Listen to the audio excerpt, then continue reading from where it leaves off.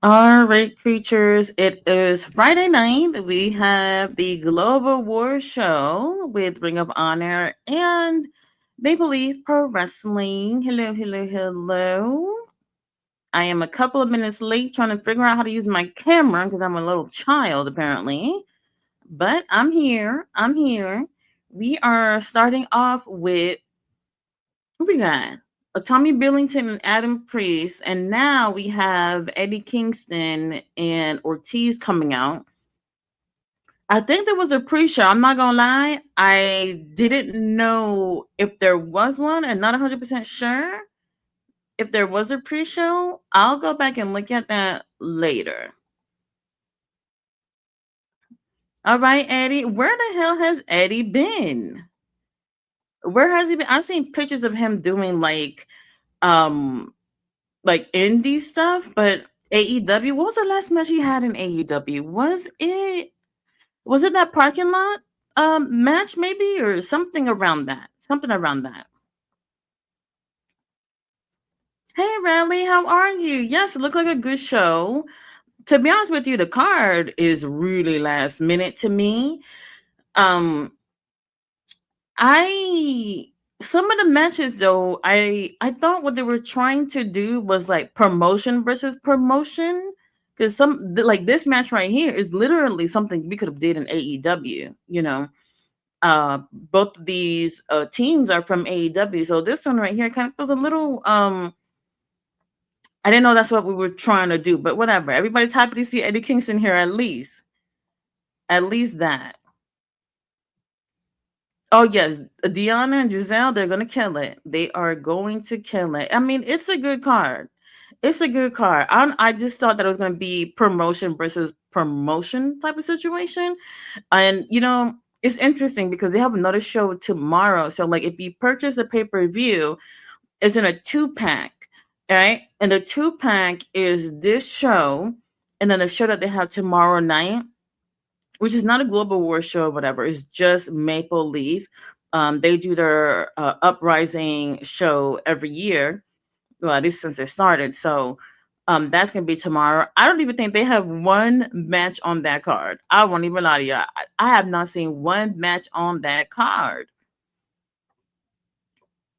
I do appreciate hearing Ian on commentary. My good Unc, Don Callis, is on commentary, so I do appreciate that. Now, Don Callis has done commentary for most of the show. I think he might have missed only one show. All right, Ortiz, and that's the thing too, because Ortiz and Eddie. See, that's the thing. I don't know what they've been doing since that match. That parking lot match might have been the last one that they had in AEW, or around that time.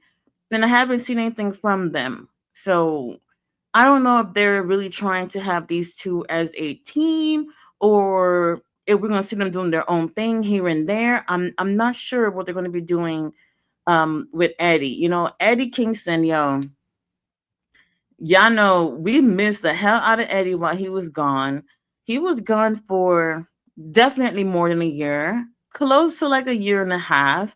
And that was around the time where I swore to everything. And maybe other people too probably felt like, it should have been, well, not that it should have been, but what it could have been was Eddie Kingston being that person in the whole thing with John Moxley and the Death Riders and all that stuff. Like, if you really put Hangman out the equation and put Eddie in, he would have truly fit in that story. It felt like it was truly his story. But he was injured for so long with that leg injury that, we just have to move on. And his first match back, what was his first match back? Was it with Big Bill? I think it was Big Bill at a pay per view. It was very randomly put together. I feel like a lot of people, when they return, they have to return and make a huge impact. And Eddie Kingston, there's a lot of things that happened right when Eddie had left, where he could have came back and left off where he was at last, like with the who was it? Gabe Kidd, that's one. The Young Bucks, that's another one. Was the Young Bucks heels at that time though? I'm not sure if they were heels by the time that Eddie came back, but like there were things that he could have been doing when he got back, but unfortunately that didn't work out. So it was this little weird thing that he had going on with Big Bill, and then they had a match at a pay-per-view, and it really wasn't that great. But our boy's back. Our boy's back. We'll take it. We'll take it. Tommy Billington. I really like Tommy. Tommy actually was at Mystery Wrestling last night. He's so great. He really is. And I hope whatever they're doing with him, AEW Ring of Honor, make sure you put a little contract on him because he definitely is a great wrestler. What I would like to see more is personality out of him, and some opportunities to show a character, and we're good. I believe he's like around mid-20s, so he's pretty young. He's pretty young.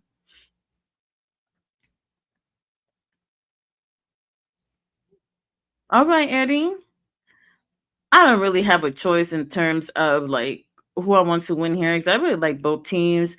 And like I said, I wish it was more of one of the AEW teams versus another team in Maple Leaf. So that's not the case right now. We have Aubrey Edwards, who is the official in this match. I have to say, like, I was talking to Fletcher, I think today or yesterday, and I was like, bro, do you think like they do a good job with promoting when they're doing shows with other promotions? And to be honest with you, I'm gonna say majority of the time, no. Majority of the time, no. We only heard about I want to say two matches yesterday, or no, three matches yesterday on Ring of Honor, and that was pretty much it. We didn't hear about anyone else who's going to be on the show. They barely really talked about this on Ring of Honor. Now, I have seen them reposting things on Instagram, but if you don't have social media, you don't know what the fuck going on. You have no clue what's going on. Oh, Ortiz. Oh, he is in amazing shape. He looks so good. I mean, if you really take a picture, look at a side by side of Ortiz from like about 5 years ago or so, he looks great. Absolutely great. Probably the best shape I've seen him in his entire career.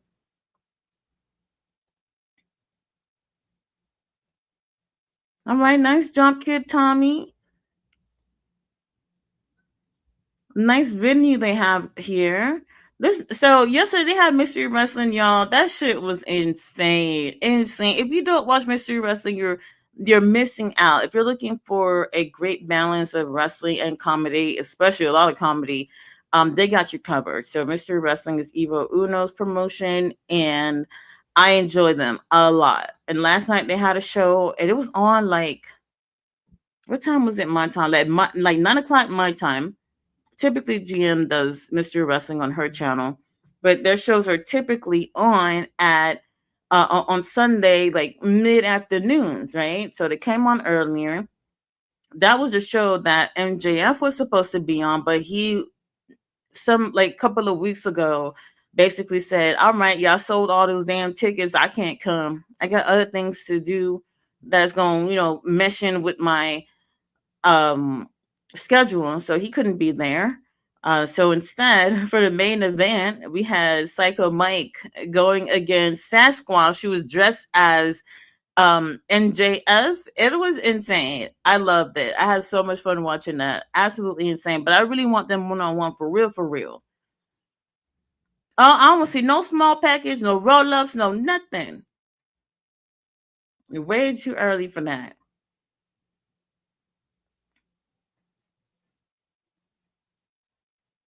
Hey, okay. Nice chop to the chest. Adam Priest too. I looked him up and he's like 29, I think. I don't know. Something like that. He's pretty young too. Oh, I didn't even realize you were commenting, Rally. I'm sorry. Is it afternoon? Oh, it is 6:15 my time, 6:15 p.m. Here in Texas. So kind of early. Kind of early. Oh, we wrapping it up, Tommy. Yeah, I doubt Tommy and Adam are winning this, but they're doing great. They're doing great. Oh, he put in a lot of work, especially after that match. He had a match last night with a London Lightning. London Lightning.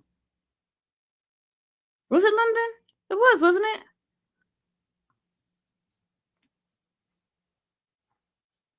Oh, he looked like he's trying to wrap it up. Oh, never mind. Eddie with a blind tag. Tommy has no clue. What a oh my god. Horrible. Horrible. Oh, Robin Renegade. She's on often, but I wouldn't say every week. She's great though. She's great though. Her sister, I don't know what is going on. I remember she did get injured, and we knew about that, but ever since then, I personally have not seen her in the ring at all. I don't know if she has been, but I haven't seen her do anything since that injury. That is like going on like what, 2 years now. So I hope she's okay. All right. We're doing roll ups for a win, Eddie. Not what I thought I was gonna see, but all right. Yes, Aubrey Edwards, her podcast is canceled. C.AW Unrestricted, her and Will Washington. When they said this rally, what? That is in. Why would it be canceled? They didn't interview everybody. That's interesting because um, RJ City, his show got canceled. What was it, like a couple of months back or whatever? And I was like, so did he interview everybody? Not quite everybody. But same thing with Aubrey. Unrestricted. I actually like that. Oh no, Josh. Oh,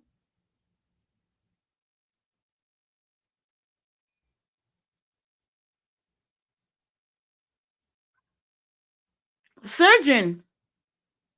Surgery.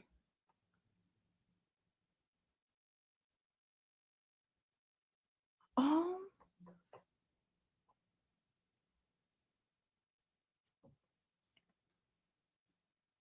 oh.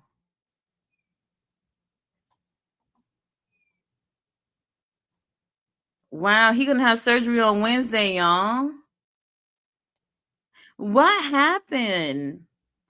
See, if you go back and watch Collision, I think it was the second night of Collision, he was in that match, but like after a while, you just didn't see him anymore. I noticed that, but I didn't really make a big deal of it or whatever. And then I heard some rumors about him being injured. Now he's talking about surgery. Oh my god. Uh, damn. Damn, that's all I can say. Speedy recoveries to Josh Alexander. Um, all right, Red Velvet coming up next, putting her title on the line against Alice Crawley. I've seen her before. Where have I seen her before? There's three wrestling shows tonight. TNA, yes, TNA, SmackDown, yes. So we have a lot of wrestling, a lot of options. I can't believe they canceled the show. I mean, they're spending money on all these contracts. They don't got no time to put anything else for y'all to watch. Hello, Killer Red. How are you? Luckily saw this stream and my recommend. Yes, yes. So I wasn't sure if I was gonna do it. I wasn't 100% sure, but I'm here. I'm here. Oh, she's 23 years old. Okay. I don't think I could wrestle with a lip piercing. Like I would be so paranoid. Like even like with my nose piercings, I was so paranoid to sleep with those things on. I really am. I'm a big baby. All right, our champion Red Velvet. Stir it up, stir it up. All right. She'll agree. Oh. I heard they do explain why they stopping doing AEW restricted on the. Well, what did they say? I don't remember hearing anything about this. This is news to me. This is news to me.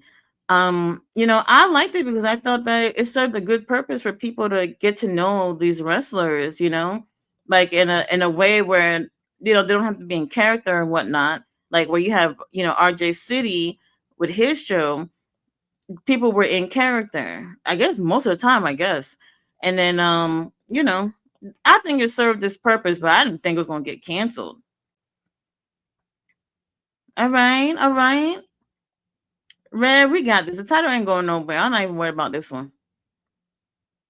She filmed last one this week on her ex, Aubrey's podcast. So RJ show and the podcast are fit. Well, what else do they have? Oh, you want to know what though? When they announced, what was it last week? I guess the My AEW. They said that they were going to be putting podcasts on there. Maybe they're talking about new stuff, so maybe those are over so that they can introduce new things in terms of a podcast. Honestly, I'm not sure if that's what they meant. All right, we already had one match. I don't want to see another rollout tonight. No way.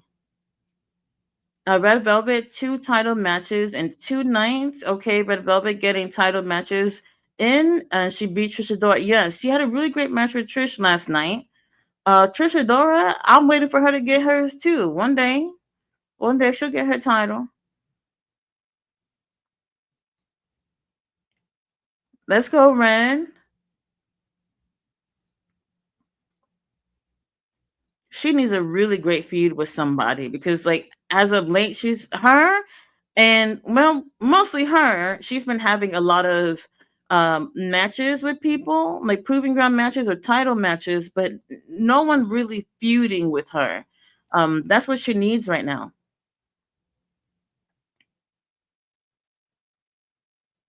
Oh, nice split.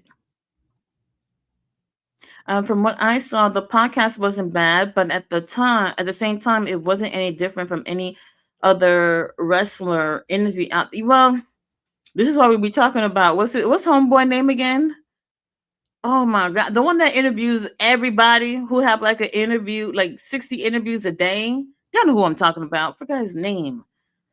Um, Chris. There we go, Chris. Chris Van Vliet. He's interviewed everybody like 50 times or more. And then, it seemed like you got a chance to hear from so many wrestlers from him. And then you see some smaller, YouTubers or whatever doing interviews with other wrestlers or whatnot.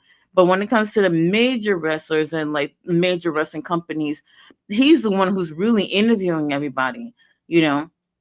And that's true. There's probably only so much you can ask somebody before it felt like, oh, I've already seen this interview because certain wrestlers are being interviewed by a lot of people.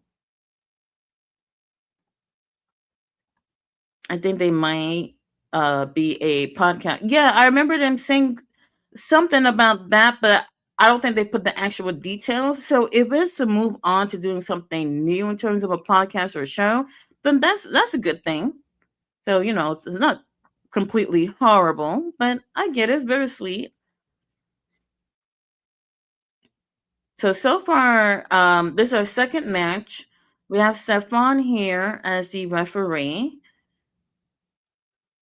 You know, it does feel like you're watching a Ring of Honor show too. It really does. But I still feel like there was a missed opportunity with them not really promoting this right. At least I don't think so. Even if the issue was views, then maybe they should advertise them like they do other company advertise Cody's podcast. Otherwise, nobody is going to know about it unless they sell. That this is true. This is very true. That's what I was saying. Like I was talking to Fletcher earlier, and I was like, I just don't feel like they'd be promoting things the right way when it's like Dynamite or Collision. I see a lot more effort in them promoting that. I know like that's the money makers for them, and then the pay-per-views or whatever, but they put the most effort in those two things, which is not horrible. But then you look at Ring of Honor, they hardly mention that, hardly, on like AEW. Bandito not even on here. Hold on, Bandito not on here. Oh my god, I'm just not realizing that. Oh, Bandito's not on. Is Bandito injured? Does anybody know?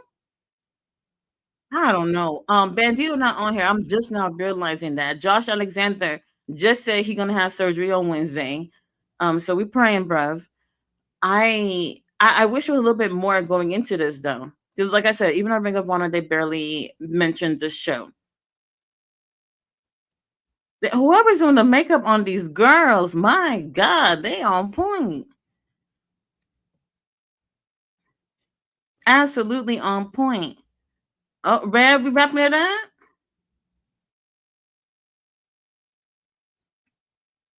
Mm-hmm. This is light work, Red. This is light work. Robert, how are you, Robert? Questions, thoughts on Tony Storm being out until 2027. Reportedly weird, injured, pregnant. Hope she's okay. Um, I wouldn't be surprised if there's an injury. A lot of wrestlers they tend to, do that one match, even though they know that they're injured, just to have that last thing to do instead of leave just randomly. And it still do feel random. What I do think is that if Tony knew, if she knew, which we don't know, if she knew that she was going to be gone for a considerable amount of time, why didn't Marina win? Why did not Marina win that damn match? I think Marina should have won. And maybe should have be well, maybe should have be in Mina too. So for me, I was just like, well, if I know I'm going to be gone for a long time, I'll take the L. I'll take it. If she didn't know, then that's something else. But I would have did that. So she's going to be gone. She's accomplished a lot of things. So even if she's just taking a break, like I'm not going to be mad at it. She did a lot in the past few years in the company.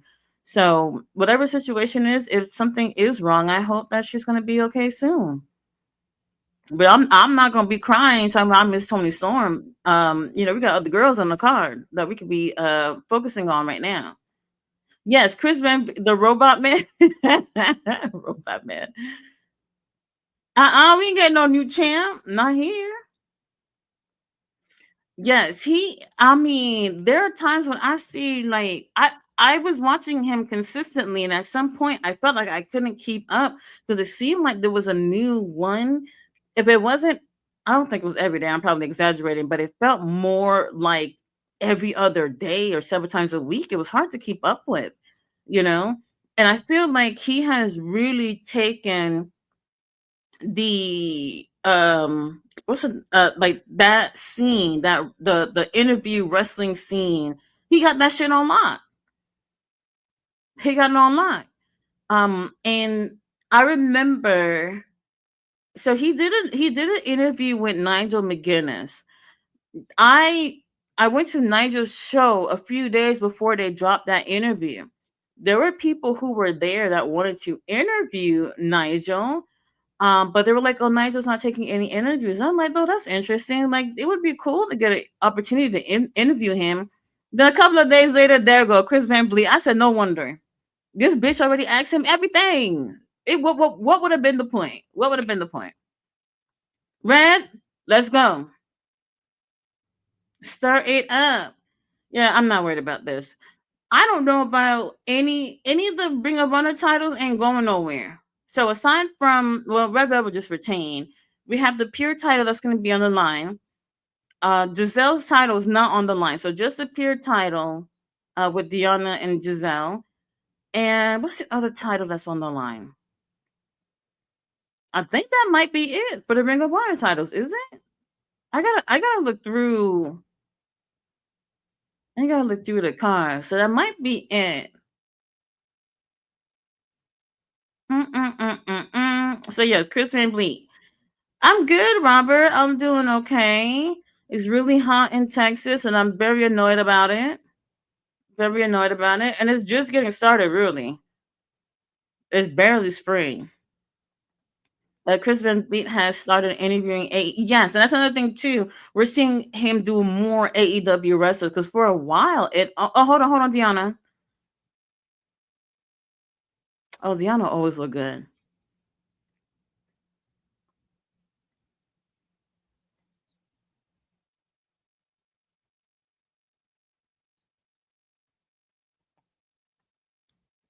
That would be wild if Deanna not. She's not losing, but they're gonna kill it. They're definitely gonna kill it. Hold on, Tony Khan back there. Tony Khan back there at the show. Hold on.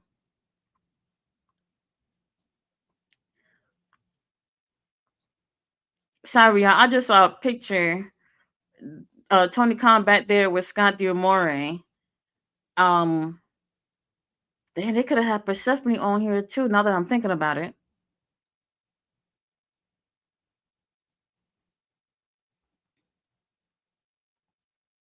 Yeah, Giselle taking that L. I can't believe Josh. Oh my god.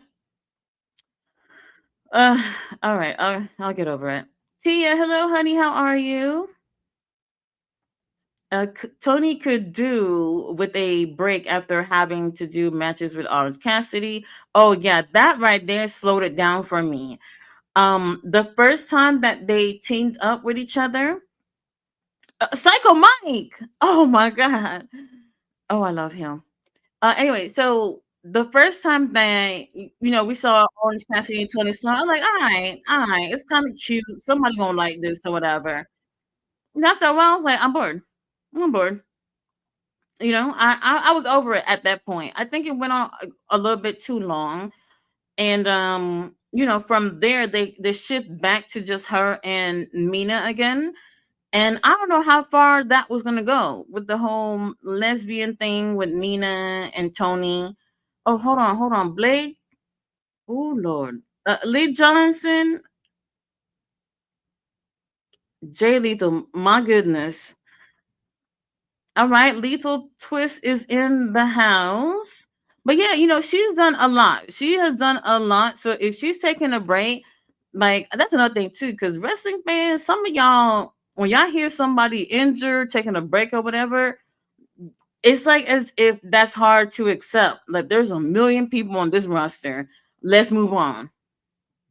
Let's move on. When they're ready to come back, they'll come back. They'll come back when they're ready. Bandito got visa issues and can't travel. That's why not on the pay per view. Oh, well, damn. Um, I would assume with the climate here in you know good old USA that there are some wrestlers that may be having those type of situations. I'm not 100% sure. But the truth of the matter is that Bandito couldn't be bothered to be on Ring of Honor anyway. There's times where I forget this guy had the title. So it would have been cool to see him here. It would have been cool. Oh, Eva Uno. Hey, Tyler, how are you? But knowing Tony Khan, he's probably thinking, no Tony for a year. I know what I can do. More Death Riders matches. Oh my God. It's basically that. Y'all gonna get a lot more Death Riders. Oh my God, Psycho Mike. That man does something to my ovaries that I can't say on camera. He is amazing. Oh, I love him. I love him. Tony Khan put Psycho Mike on TV. He's crazy. He's crazy. Tony Khan, Psycho Mike is right there. Please, if you're giving out contracts, that's who you should be giving one to. Last night, Psycho Mike, this guy is crazy, having a match with MJS, which is Sasquatch dressed up as MJF. It was wild and kooky, but in a good way, in a good way.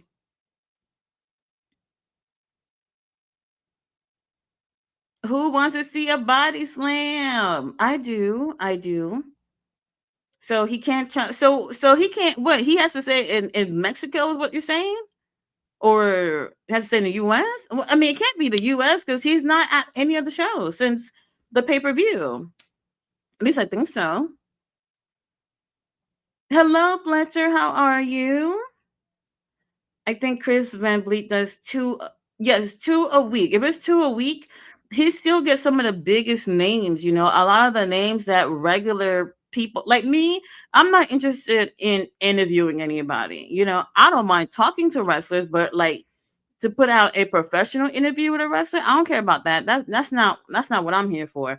But other people in this space who would love to do something like that, I'm pretty sure he sets the bar high, not just with the professionalism, but financially too.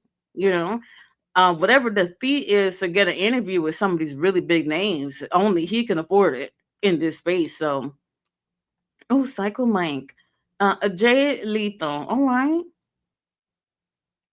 I don't know if they've ever had a match together. I'm not sure. Never seen it. Yes, Mystery Wrestling was really great. Really great. Yes, Stu versus John Cena. Yes, Stu Grayson was in a match with an invisible man. And I've only seen a few wrestlers do things like this. Oh, hold on. Yes, look at the camera, baby. Look at the camera. Oh, I love when he does this.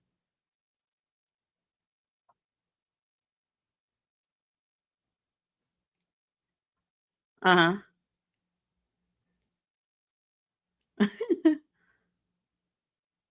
Yes, I want to see a body slam. Never mind. Jay Lethal bang got up. They booing. Yeah, so only a few wrestlers have done it. Like Psycho Mike has done this too. Psycho Mike has done a match where he's gone against himself. You have to be a hell of a wrestler to be able to do that, to pull it off. So only a few wrestlers I've ever seen do matches like that, like Invisible Man or wrestle themselves or things like that.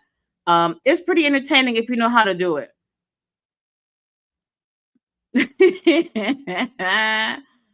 They don't want to see no body slam tonight. And by the way, Psycho Mike, he's emotional. You know, that's all part of the symptoms of him being a piece of shit. He's medically diagnosed. He's a doctor's note.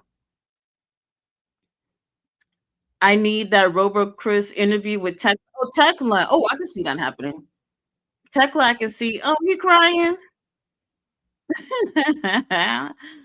Tekla, I can see going over there. Didn't Tekla? No, Tekla did an interview with Chris Jericho. Wrong Chris.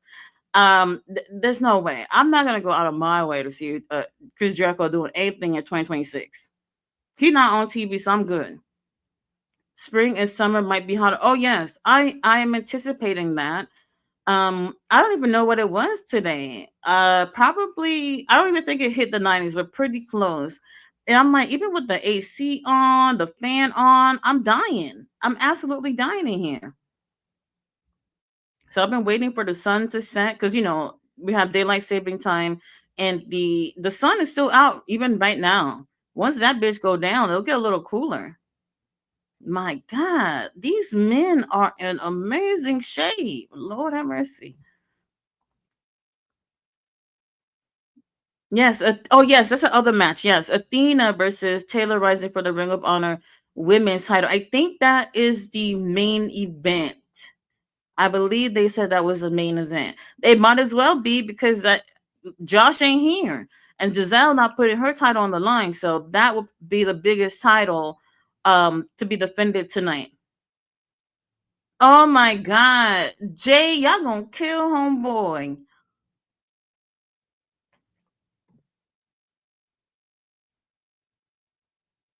Even Uno, I didn't even know he was gonna be here. No, I knew that last night. I mean, really? I didn't hear about any of these matches until yesterday. I don't even think Wednesday I heard about any of these matches. So it does kind of feel like they threw things together last second. I mean, anyway, the card is still great. But a lot more could have went into this, I think. Remember when everyone was hating on Tekla and I said, time to breathe in the toxic era? Sister been cooking. That match against Mina was amazing. Sister has charisma. Yes, I really do enjoy Tekla. She has a really great personality. I love that she is 100% locked in her character. And, Statlander, I love you. I would have loved to see her with that title, but it just wasn't giving me anything. It just wasn't giving me anything. I wanted her to have a better title reign, and I don't know what happened. I don't know what happened, but I'm enjoying Tekla right now.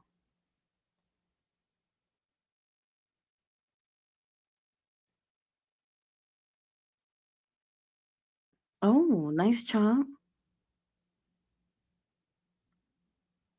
All right. Now I didn't know they was all gonna be teaming up with each other. I thought Jay Lethal was gonna have his own singles match. Yes, Diana always look good. Always. Taylor, I'm not 100% sure who she is. I feel like I've seen her when I looked at her picture, but no, you know what? She's been on here before. Never mind. She's been on Maple Leaf before.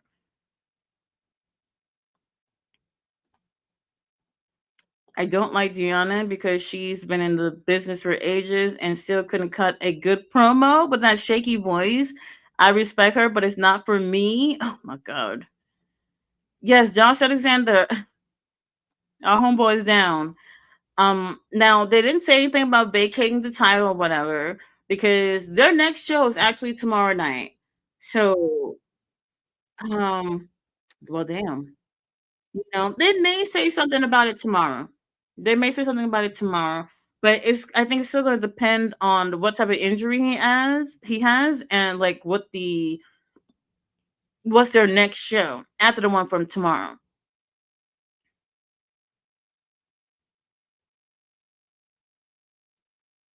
Can we tag Mike to come back in? I'd like to see him in action.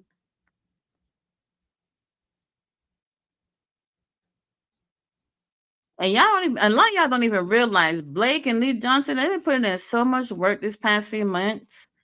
So much work.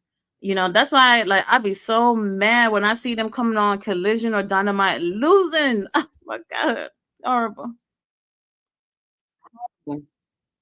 Horrible because they look real strong on Ring of Honor. And that's the one thing I have a hard time understanding is how y'all just be having people look so strong on one show and then the next week you see them on Dynamite or Collision and they getting squashed and shit. It's crazy. Evil Uno. I like Evil Uno. He's another great wrestler. He's in the Dark Order. The Dark Order situation, I really don't know what can be done at this point. I know they're holding on to the whole thing, but I'm not sure like what does it do in 2026. It does nothing. I would just be like, look, let's hang up the whole Dark Order thing. Let's just do something else. It's just not going anywhere. But I do like that purple jacket though. Hey, lovely, lovely. Well, I think the Swirl winning anyway.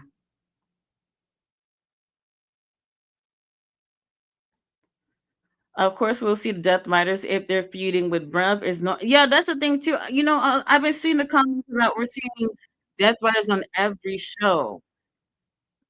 I'm not bothered. I'm not bothered by it, but I do recognize that a lot of people are just like it's too much, and just about every match that they have, they're winning. And well, except for when Pac and William on Wednesday, I don't think Pac's gonna win that or whatever. But I get the frustrations. I don't feel like it's too much or anything. But if we went a week and we didn't see them, I wouldn't be bothered either. Tag him.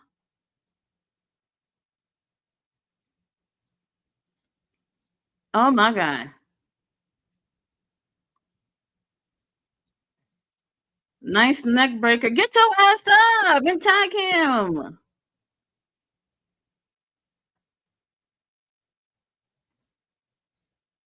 Chelsea, we need MJF versus Psycho Mike. Yes, we do. I want an actual match between the two of them. Oh, here is our piece of shit. He's in Body Slam. Another body slam. Let's get one more. One more. Yes. Oh, we're giving out more body slams? Lovely. Absolutely lovely.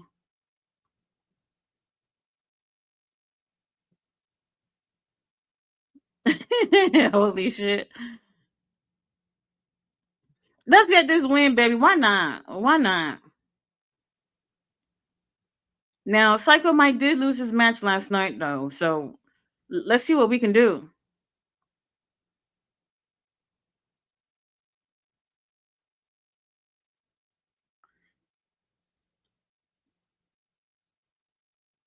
Yes. Well, who y'all throwing everybody out the ring? Let's pin somebody and win. A faction of Champa, Psycho Mike, Leo Rush. Oh, would be money. That would be interesting. That would be interesting. Yeah. Leo Rush, maybe, maybe. But Psycho Mike and Champa, I take that for sure.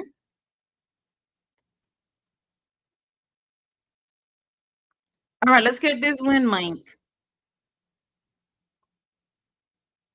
But knowing Tony Khan, he would bring Psycho Mike over there and have him in a conglomeration and fuck up the whole thing. Oh my god, I don't even want to think about it. I don't want to think about it.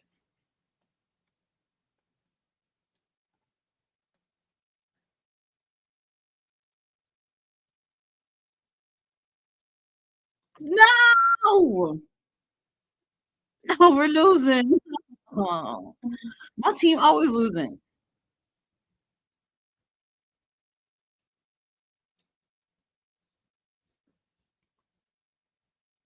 Well, hold on, who's legal though? Everybody coming in and out. I love that move, lethal injection. I know GM can't stand it. A couple of y'all can't stand that move, but I love it. I think it's great.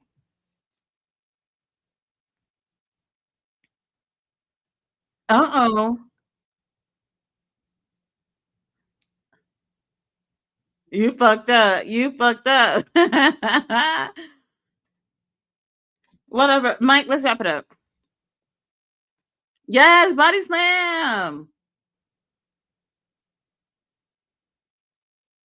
Did he poke his eyes? No. I know Mike not about to get pinned. No. Where the hell Evil Uno and the homeboy that's on that team? Oh, nice elbow. Mike.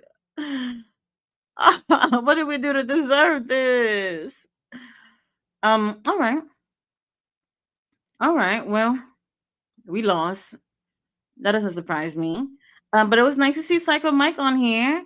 Tony Khan, give that man a call. You should be giving that man a call.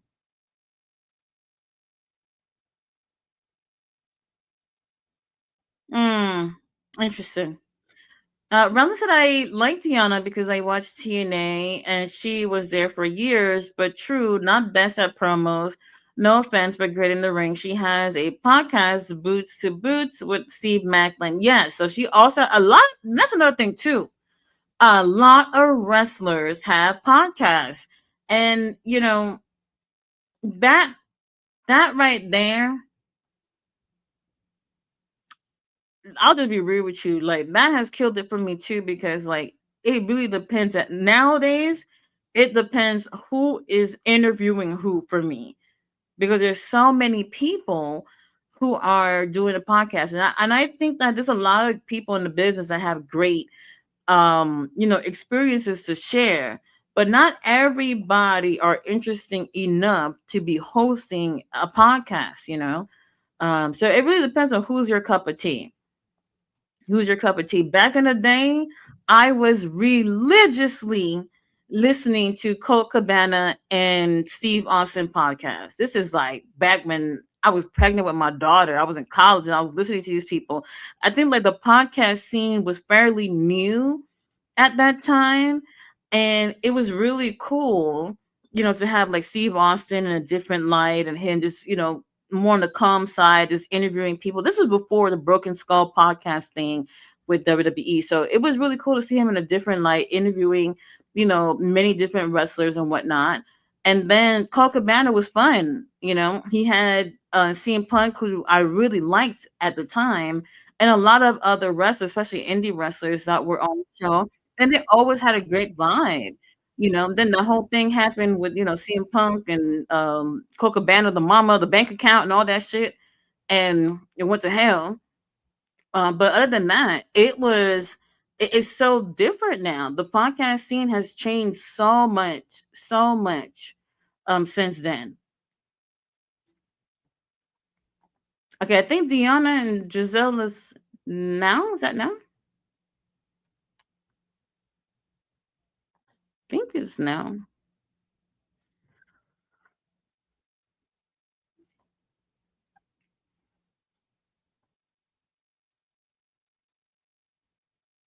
Okay, it's coming on now. They're showing the pure rules. Lee Moriarty not even on here. My God, now that I'm thinking about it.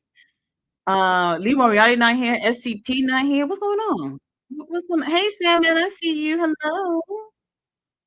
Um, yeah, we could have gotten a few more people that could have been on here. Or maybe even for tomorrow night's show. I don't know if they announced any matches for tomorrow night's show, but we'll take it. All right, so they're giving the rules for the match. Psycho Mike and Psycho Killer. Don't add running rush. Yeah, you know what? I would take Psycho Mike and Champa. That might be interesting. That might be interesting. And that's the thing too. I don't know if Tommaso would actually like to be in a team right now. Like focusing on a team. You know, with him not having Gargano, with him and AEW, there's an opportunity for him to just make a name for himself. Maybe we'll see him tag with people here and there, but not like a main focus with having a team. Oh, Jimmy Jacobs! Oh, Jimmy Jacob, our zombie princess. Um, all right, all right.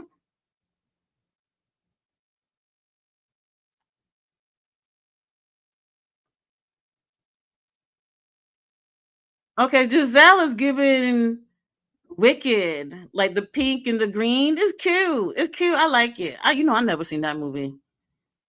I never seen that movie. I don't know if it's something I would enjoy. I don't like musicals.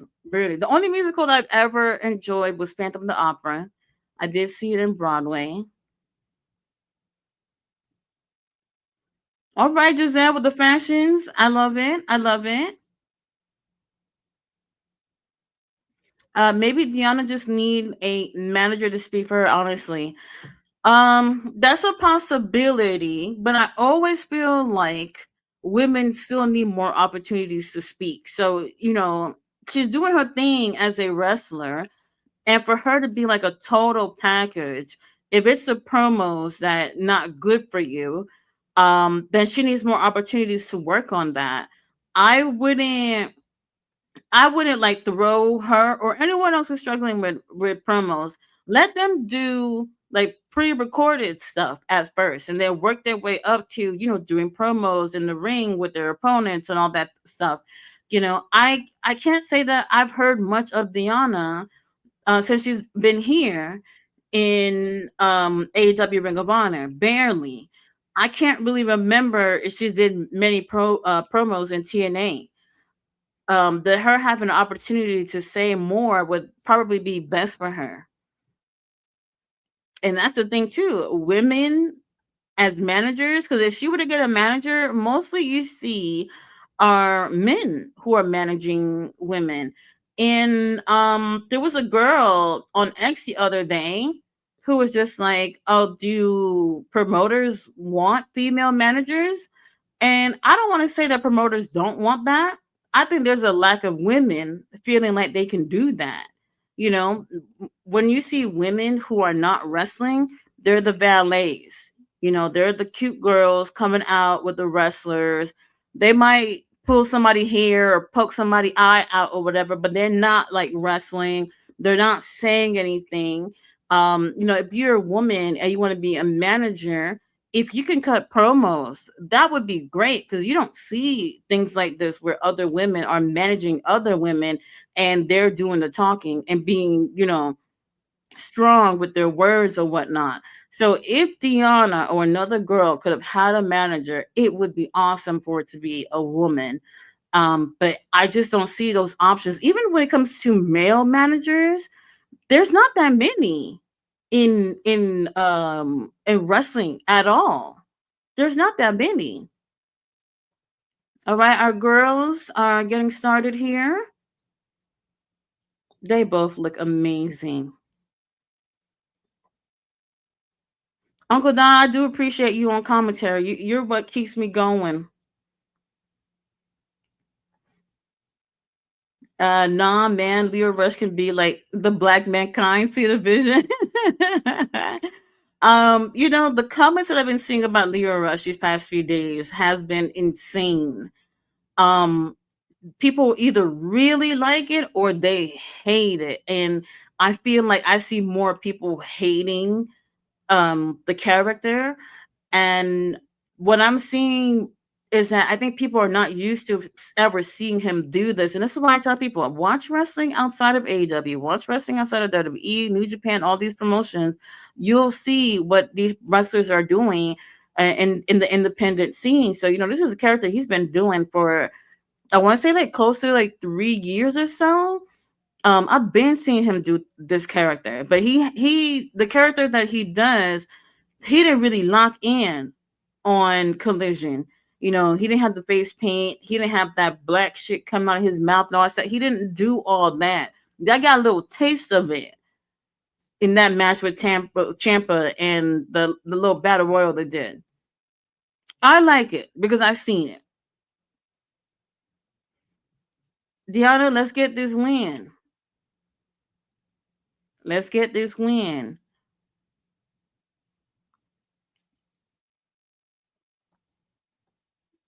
Sorry, I can't stand the rush. And yes, Sati, I've seen Blackheart. And this T-Moon Sunny Kiss ain't the same gimmick. Fletcher! Oh my god. Did you see Osprey is going to WrestleCon this year? I'd love to go to Mania Week in Vegas. I would meet Thunder Rosa, Hardy's, Matt Cardona, Brian Myers. Got me into figures. I didn't know that. I did hear yesterday that William will be at New Japan for their next big show. I'm not surprised, but I didn't think it was going to happen so soon. He does have a story going on right now with the group that he's in, United Empire, where maybe he might try to be the leader again, something like that. That look like where it's going. So that's gonna be interesting to see William back in New Japan. For a moment yesterday, I believe that was actually MJF in a Sasquatch outfit. So when he first came out, the way he walked and the way he looked, I was like, it might be him. And when you see somebody wrestle a lot, you can tell if it's them, even if they were like covered. You know what I mean? Or you couldn't see their face or whatever. So after a couple of moves, I knew it wasn't MJF. I knew it wasn't him. Like MJF have very specific mannerisms where you can copy it, but like you're not gonna capture that essence of how he does certain things. So I knew it wasn't him after a couple of moves. Chris Van Vliet never did an interview with an AEW main character. What Hangman? He never did Hangman, no. Um, did he not do Hangman? Or maybe I'm thinking about somebody else. I mean, MJF. He's done MJF. I want to say at least 2 times that I've seen. Um, who else over there that like a big name? When I think of like AEW wrestlers that he's interviewed, is also people who's been in WWE. That was what was annoying for a little bit because I was just like, oh, so you interviewing only the AEW wrestlers that's been in WWE? Boring, boring. But hey, man, I'm not sure. Maybe he didn't. Maybe he didn't, but I'm pretty sure he's definitely opening up to that a little bit more. I'm still predicting that we get that Darkseid Thanos Undertaker Chris Statlander new character when she returns. I believe she can do it convincingly. I I want her to be in the Death Riders. That's still what I'm looking at. It's not too late. It's not too late. Statlander, we will open you. We'll welcome you with open arms to the Death Riders. Marina could use a partner. She could use. They could use another girl over there. I know some of y'all are heartbroken about Ronda Rousey not signed with AEW, but we're good without her. We're good without her. Deanna, all right, Deanna, you getting tired already?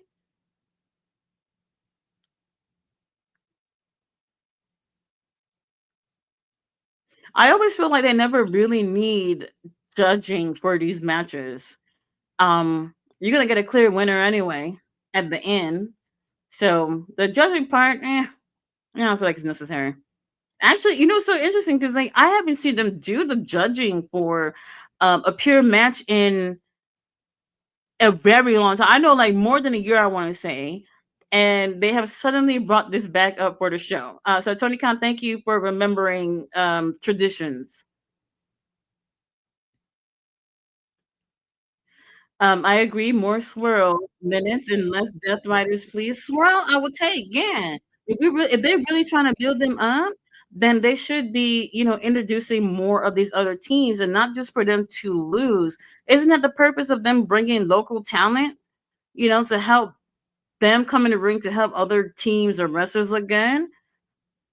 I just they're too good to be losing.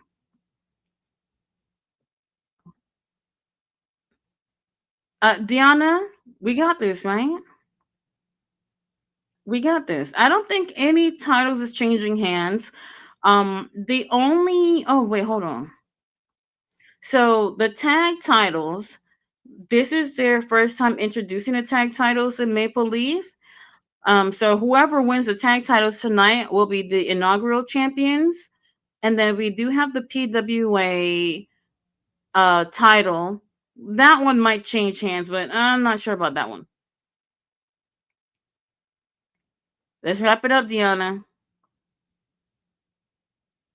Oh, she is really weakening Deanna's arm because you guys know, like Deanna, she's a submission specialist. She's always putting in that arm bar. If she weakens that arm, the chances of Deanna retaining could be slim. Tyler said JCW got 3 million viewers or more, better than OBW with 270 plus viewers and they got 3 million views last night. Well, damn. I must have missed out. Must have been a good show. Josh Alexander needs knee surgery. He's just done a video. Yeah, they were just showing on the pay per view too. Um, Bro, I am not happy about it at all. Because I was talking to Fletcher about it earlier. I said, look, Josh Alexander is an amazing wrestler. And since he's been in AEW, I haven't really seen much. And it's not him. They put him in the Duncast family, which is the problem. I think they shouldn't have put him in the group. I think they should have just had him do his own thing. Because a lot of people who are in the Doncast family, as much as I love them, they're getting lost. They're getting lost in that group because they're favoring certain wrestlers in that group, like Takeshita and Kyle Fletcher, Okada. Like these guys are getting most of the wins and the important wins, while everyone else are. Rocky Romero did not deserve that. Oh my god! Now that I'm thinking about it, Rocky didn't deserve that. So Josh Alexander, I've always liked Josh. When he came to AEW, I was just like, oh my god! I was like, oh, within a year they're gonna put a title on him. They barely booked him. They barely booked him. Not happy about it at all. Not happy about it at all. Deanna,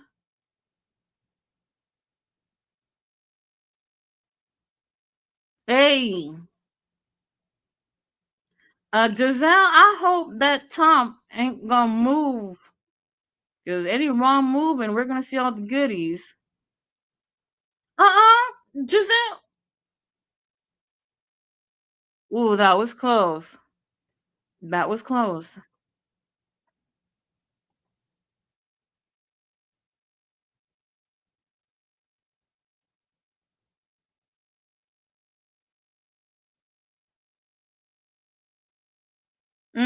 Okay.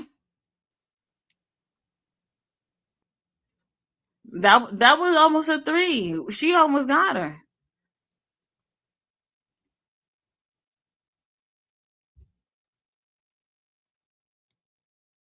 Oh, Deanna got the armbar. Let's see what we can do. Maybe we might get this win.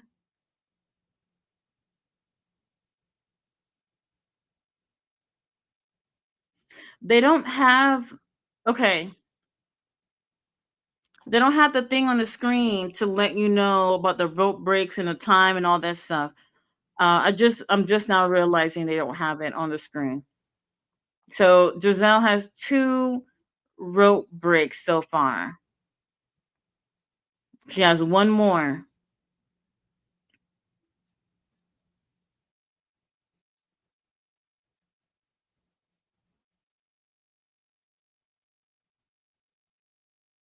Okay, Tom's driver pin her.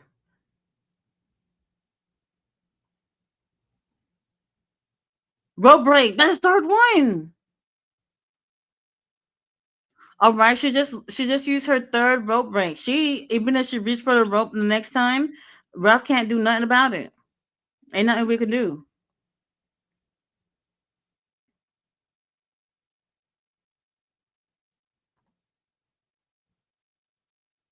All right.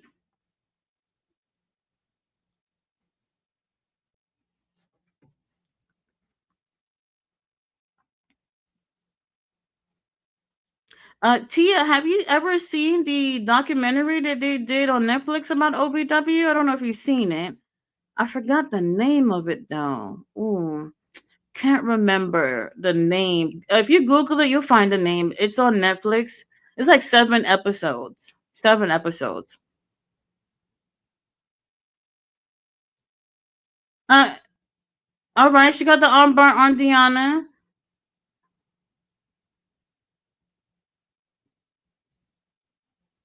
All right, Deanna just used her first rope break. What number two? When was there number?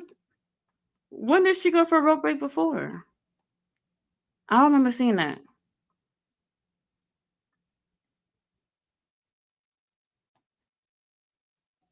Oh, the referee who had I think he had a seizure. Yeah, I saw that clip. It was I know a lot of people are giving them a hard time about it. To be honest with you,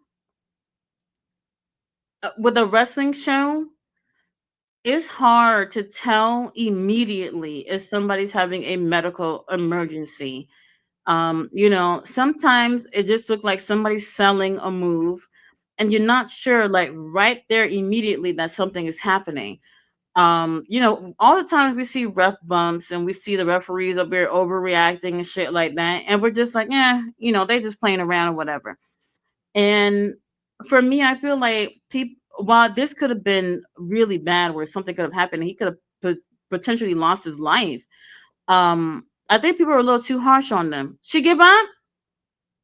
Yes, our girl, Deanna with the win. Our girl with the win.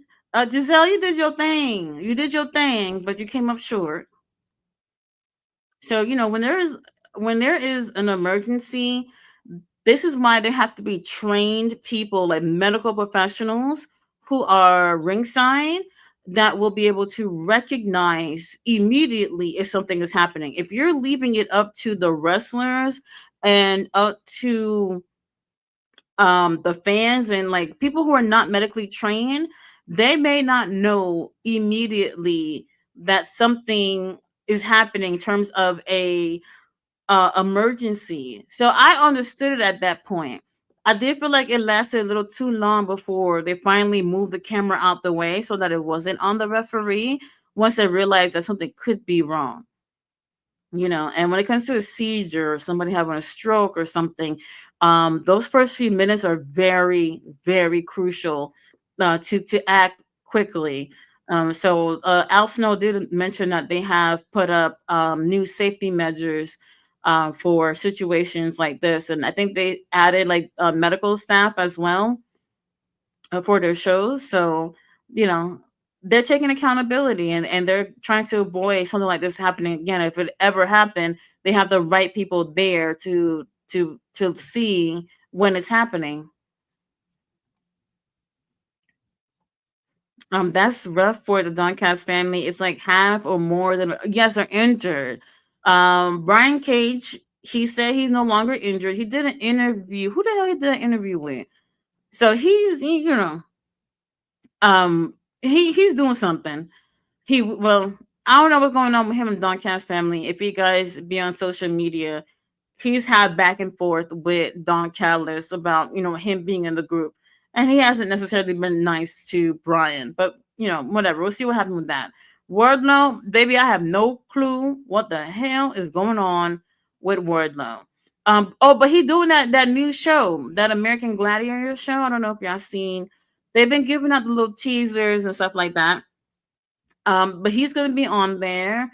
There's a few other people who's going to be on there. Camille's going to be on there. J Ron's going to be on there. I think the Miz is hosting the show. The Miz is doing something over there. Y'all know the Miz. The Miz will take any gig. There might be one more wrestler, but I have to look at the names of everybody who's on there. So it seems like it'll be an interesting show. I'm gonna check it out.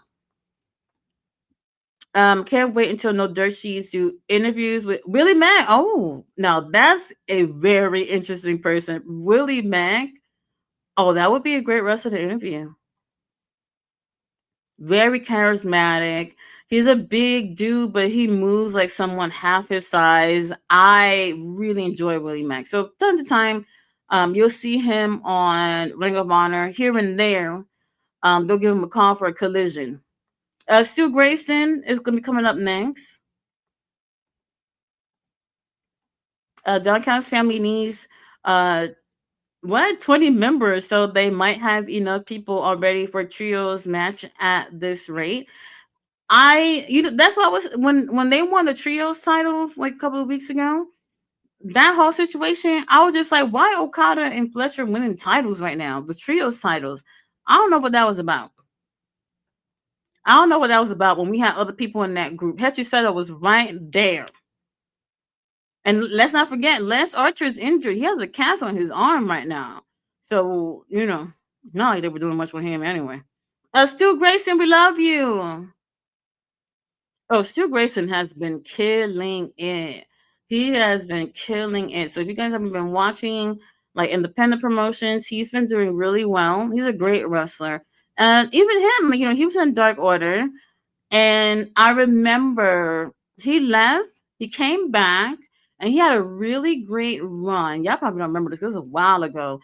When he came back, instead of joining the Dark Order, he wanted to join the Righteous. He was just like, I'm tired of the foolery with y'all. Let me join another group. And the bros felt, like, whoa, like what the fuck? Like we homies. Like, why are you going over there? They had great matches, they had a great feud. And then he just left out of the blue. He left out of the blue.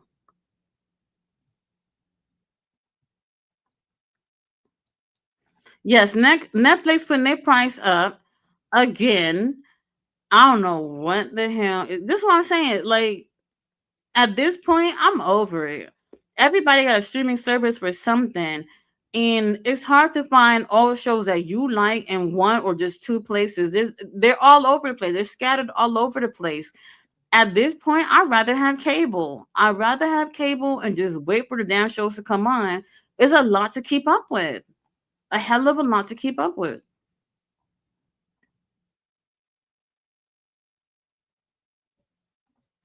Bruh, my fellow USA citizens, y'all gonna let Trump put his face on your dollars? I know that they mentioned that. I had no clue.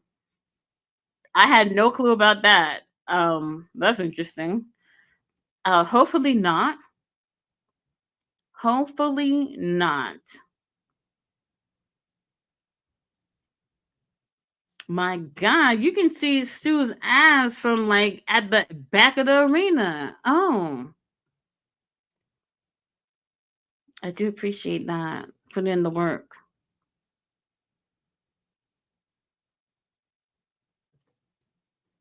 Maxwell facing Nick Nemeth at Creator Pro Wrestling Academy. Dream match gonna cook. Statlander's also on that. When is that, Fletcher? Hold on. When is that show? Damn, Stu already pinned him in like 3 seconds.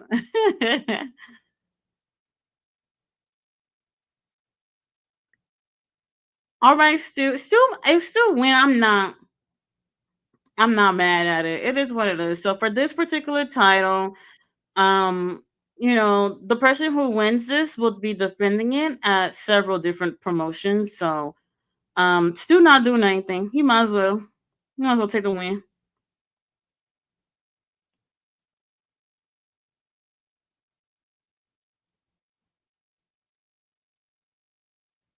Oh.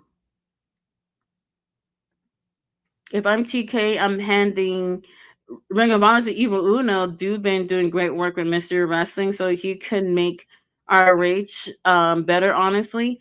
Um, I'm not like opposed to that idea, but it's not gonna end up being like Mystery Wrestling. At least I don't think so. You still gotta stay true to what's traditionally Ring of Honor. But yeah, we could be having more fun. Things could be more structured.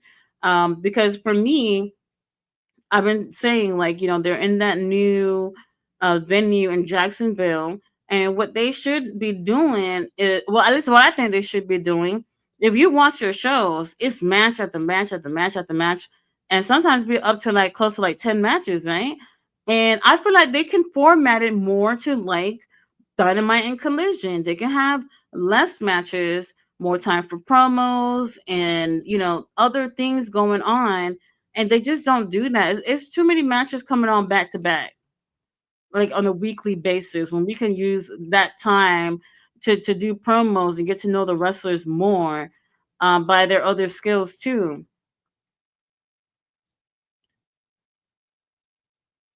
Oh,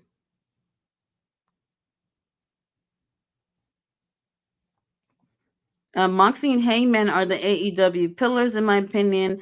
They breathe AEW. MJF is what we have more close to WWE. That's why I say that MJF is definitely moved to WWE. A lot of people feel that. A lot of people feel that about MJF. Like if I woke up and MJF was signed to WWE, I would just roll over and go back to bed because what am I gonna lose sleep over? I would not be shocked about that.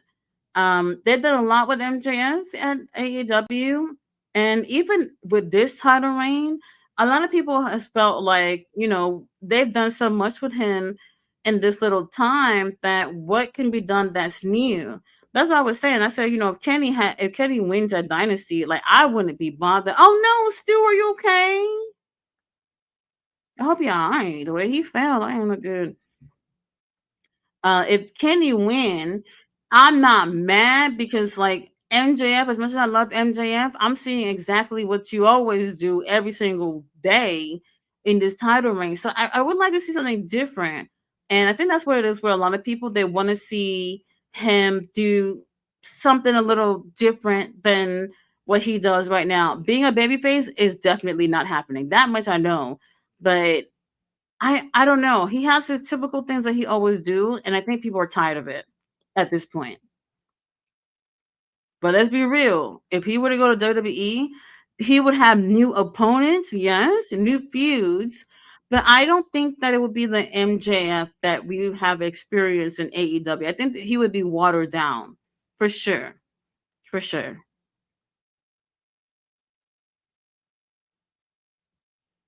Stu, let's get this win. Stu was the champion in Mystery Wrestling. He just lost the title. What was it, like 2 weeks ago? I think it was 2 weeks ago. To London Lightning. I actually loved his character. He had a group called No Nonsense. So Mystery Wrestling is all about comedy and everybody having fun or whatever.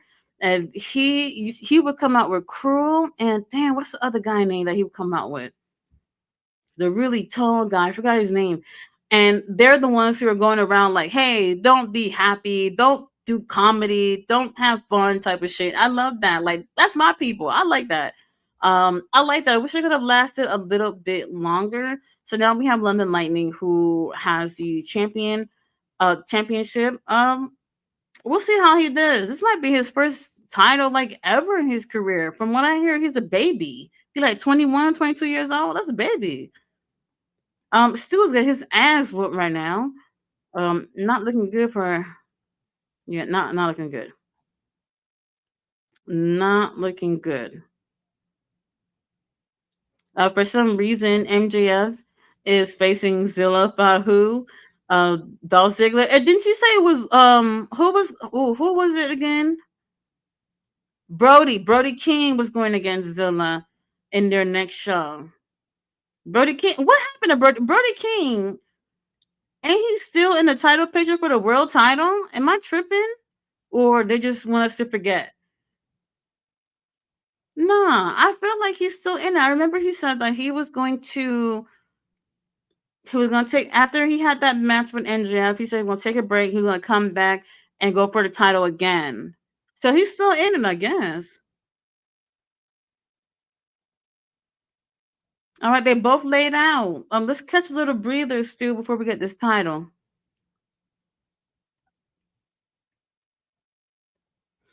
Time will tell. Only one thing I can say for sure is that MJF has done a great job carrying AEW, popping up at other promotions, doing movies, and he's AEW's most visible wrestler. Yeah, no, I 100% believe that. I 100% believe that, and this is why, as a promotion, you have to have multiple people that you can say the same thing for, because let's say MJF, even if he don't leave the company, let's say God forbid he gets injured and he's out for a considerable amount of time. Who's that next guy that we could say that about? You know, Kenny, we love you. I'm not 100% convinced about how like Kenny's condition. Like if Kenny could be holding the world title right now, what are we gonna get from him as a champion? I am not 100% sold on it right now. And then let's Swerve. I can see it. Swerve, I can see it.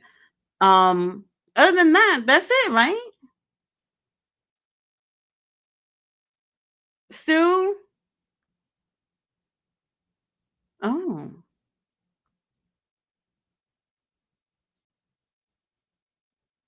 ooh, nice chop to the chest.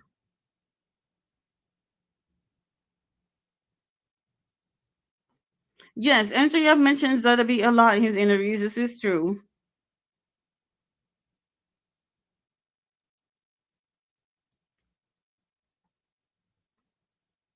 You don't see Roman mentioning AEW in interviews. He probably would never do that. MJF doesn't stop mentioning WWE because he's not dumb. He's keeping that fire on. So when he jumps, he is material to use. Obviously, that's possible. Kevin Knight is a lucky man. His girl is beyond beautiful. I saw her yesterday on TNA. What a goddess! Yeah, she's beautiful. Absolutely. I didn't realize a lot of shows was on yesterday. So there's a lot of wrestling on Thursdays too.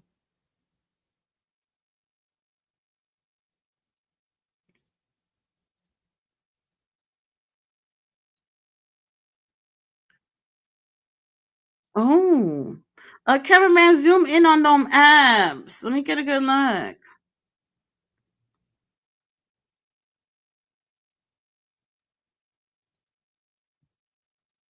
Okay, I think the tag match is next for the tag titles. I think I don't remember seeing how many matches were on the card. When WWE is actively trying to kill your company, not every employee is going to be quiet about it. He's close to Tony Khan, so I get it. I wish I had more friends like that. You know, he does seem like, I mean, look, there's business and then there's friendship. You know what I mean? If you had to come down to the point when you're thinking about where you want, like let's be real. MJF just turned 30 like a week ago. He's still pretty young and he's been able to accomplish a lot at 30 years old. If he gets bored or feel like he has hit that ceiling at AEW, 100% I believe he would go to WWE. If he wants to do more with his career, absolutely. Isn't that the same thing that Adam Copeland said? He's been in WWE for forgot how many years, and at some point it's like you've done everything, you know. And on top of that, he wants to be with our stepdaddy too. But at some point you're just gonna be like, I've done everything that I could. What more can I do here? Especially when you're trying to further your career. I think he would get to that point. A lot of wrestlers gonna get to that point, and even wrestlers that are currently in WWE too. Stu, let's get this win. What? Oh, God, he kicked out.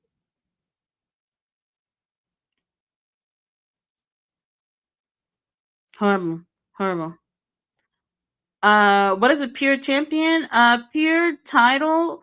For a pure title, they have different rules. They're more on the technical side. You have a time limit for these matches, and you have rules like you can only touch the ropes 3 times.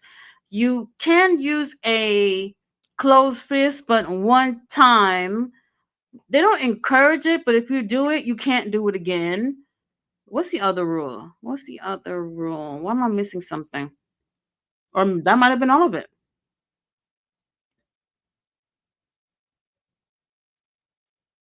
Oh my god. Stu, get up.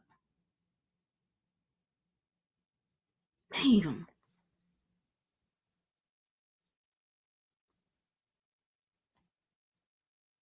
It's not looking good for Stu. No, this is getting really intense. I like this.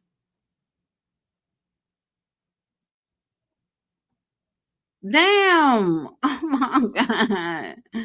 Stu, let's get this win. TK is trying to bring Moriarty to the main roster, put him in the next Continental Classic. I'm with you, Fletcher. I'm with you on that. I'm with you on that. He is great. There's no reason why we're not seeing him often. I would love for all of STP to be getting more TV time on AEW, but there's something really special about Lee Moriarty that I really wish that people got more of a chance to see. Oh, one of these superplex. Oh, hurry up and pin him so we can win.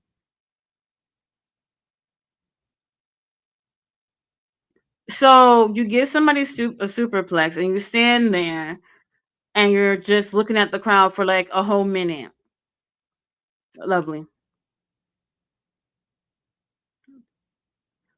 All right. All right.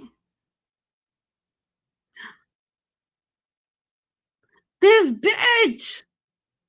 Yo. Oh my god. My blood pressure. Stu lost the match. He was gonna go for a running knee after standing there for a whole minute while this motherfucker was laid down. He put the knee pad down so he can give him a running knee.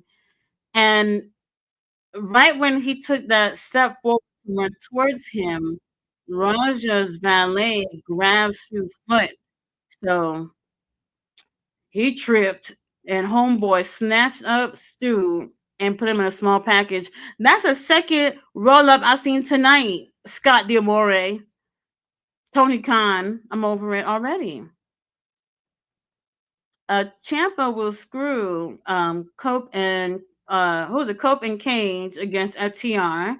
I feel like that's why they had that segment of Dax asking Champa if he wants to be a top guy. Champa screwing Cope and Cage in Canada gives him nuclear heel heat. I'm not sure. I haven't thought about that because I don't know if he is actually in a group with FTR. Ricochet, I appreciate your breath.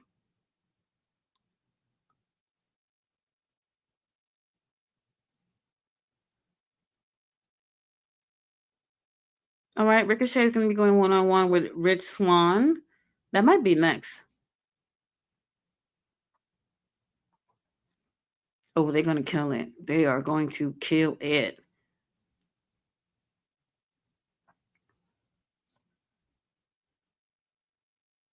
I don't like that out of this world catchphrase. It's so. I don't care for it. I don't care for it. Which one? What match is next? Oh, never mind. Never mind. They're not next. They're doing this 6 pack scramble match. They typically open the show with this kind of match, from what I remember. Yeah, the Champa thing, I don't know. So when that happened with FTR, remember they ended up teaming up in what match was it that they teamed up in? They teamed up with them for one match, and since then we haven't seen FTR and Champa together.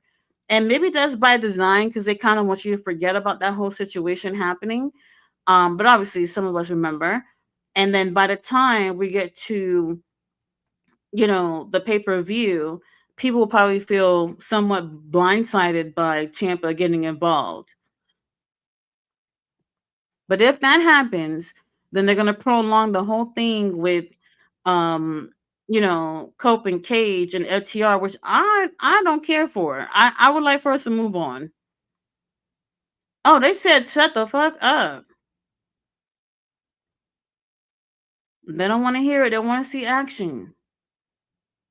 Remember when they talked shit about Stoltly being with Statlander? Damn! Oh my god, I love Stoltly and Statlander together. I know for some people it was just like, what the fuck is this?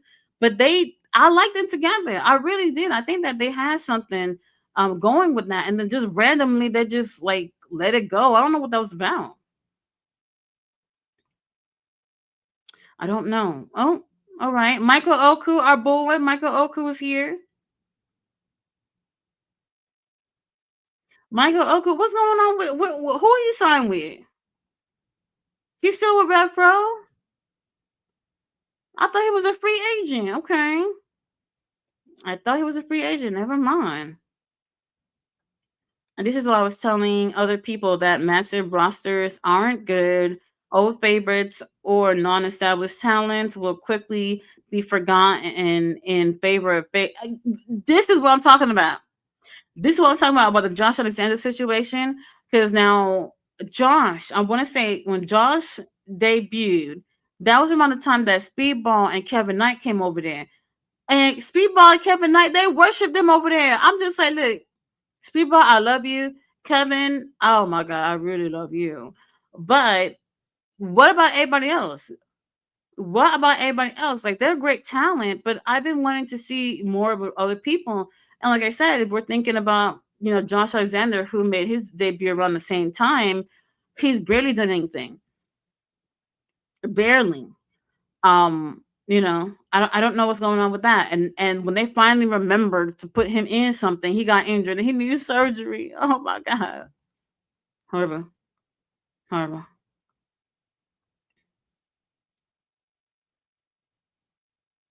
All right, who coming out now? I can't believe this. I can't believe this. Now he injured, needing surgery. He probably, depending on, you know, recovery or whatever, he may have to vacate the title, which honestly we don't know, whatever. It's really unfortunate. And unfortunately, this is how it is when it comes to wrestling. Like, you never know. Like, how you come in is probably not how you're going to leave that ring. So, speedy recoveries for our boy. Josh Alexander, I think like once he get better, don't put him back. Don't put him back with Don Callis Salmon. I think that would be best case scenario. I've been saying TK got to do a brand split, put the roster on Collision, roster on Dynamite, and roster on Ring of Honor, and build their brands, elevating their talent, and elevating AEW with brand wars. Um, Honestly, I'm against that because I feel like if you're a great promoter, you don't have to do all that. Who that? Ace Austin? Oh, Lord have mercy, Ace Austin. And Ace Austin's another one too. Ace Austin, my God. Um, he's another one too. He's in the Bang Bang Gang. He well, he's had some really great matches. I think the best match that he had was the TNT title match with Kyle Fletcher. That was amazing, and I got a lot of great pictures of butts and abs from that show. But since then, here and there they use him. He had that Moxie match. He did the Bang Bang Gang match like 2 weeks ago. They lost that too. I think the only wins that he's been getting has been on Ring of Honor. I think so. I don't remember if he's taken any wins on AEW TV yet. Cameraman, zoom in on Ace's thighs. Thank you, thank you. All right, we got a six man scramble match. Last one standing wins.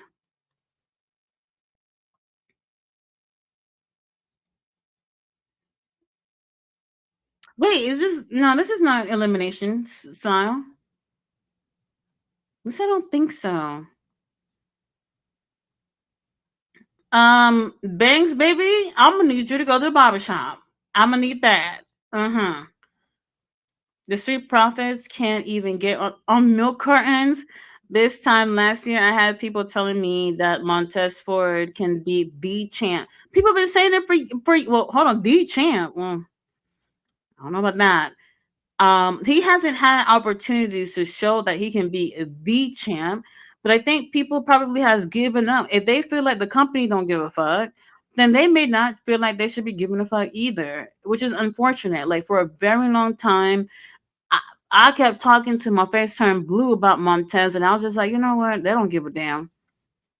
They don't give a damn. And it gets to the point where you, as a fan, you notice the company not caring, and then now you have to look at the wrestler and say, all right, do you really want to be here? Because you know there's other options out there in this world. You can leave here and be respected somewhere else for your talent. And if he wants to stay over there, then whatever they give him is what he gonna take. And if that's good enough for him, that's good enough for me. And not just him too, a whole bunch of y'all. A whole bunch of y'all. Like people sit there and have dreams about shit like this, you know what I mean? To be in the business and whatever. And you think of yourself of having a level of success, you know? And if you are oh, you want to know how to watch the show? It's the show is on Triller TV. They have both pay-per-views that are on a two pack price for both pay-per-views on trillertv.com.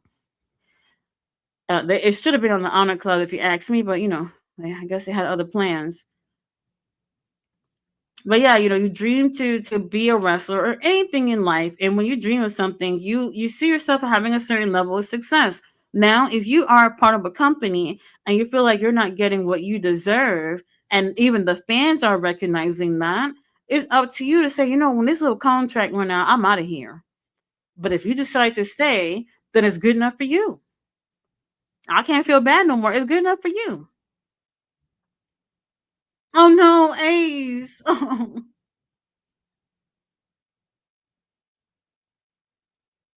Yes, it is a like a last man standing type of match. I forgot the rules of this match, but I think it's like an elimination style. Montez Ford has it all: the athleticism, the charisma, the mic work. I don't know how he's not, but because they don't care. They don't care. It's not always what the fans want, and I do feel like the promotion should be paying attention to what the fans want. You know, they're not going to cater to everyone. They're not going to cater to what every fans want. But if you are paying attention to what majority of people are saying, if majority of people are saying for years that Montez is that dude, then why y'all not pulling the trigger on this and making it happen? Because they don't care. They know exactly what's going on. They have people on social media reading comments. They have people listening to the fans and doing the exact opposite of what they want.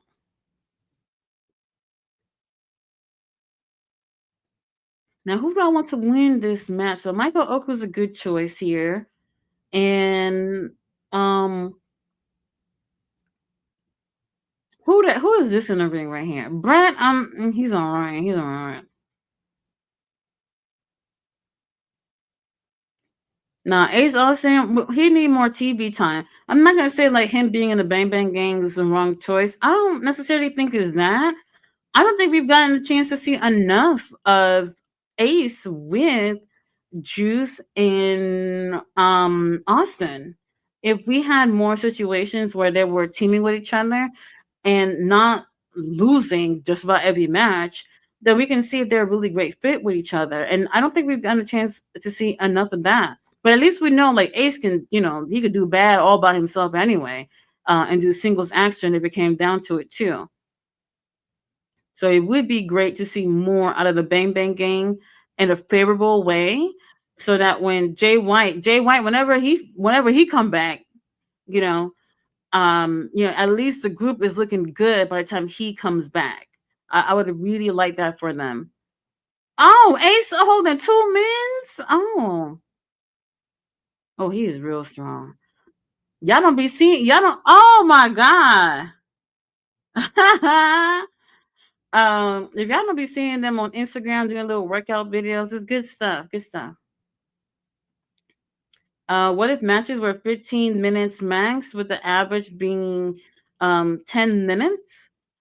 Um, I mean, most matches. Well, so depending on promotions, every match have a time limit, unless they say they don't have a time limit. Like with the Continental, it's 20. Typically, is 30 minutes for most matches. Um, Pure matches, if it's 15 minutes, if they're doing elimination, not elimination, eliminator matches or proving ground matches, those are typically 10 minutes. But on average, most matches I feel stay under that 10 minute. Stay right under that 10 minute. Now, if y'all don't remember the early days of Collision, the main events used to be 20 plus minutes, and I used to love that. I used to love that because I used to feel like, oh, they're making, main events feel special. Like the early days of Collision, y'all, if y'all wasn't watching, it was different. It was different. It was a little bit of a split in roster because nobody wanted to be wherever CM Punk was at. But the show was really, really good. Main events were always on point. Oh, Michael. Oh.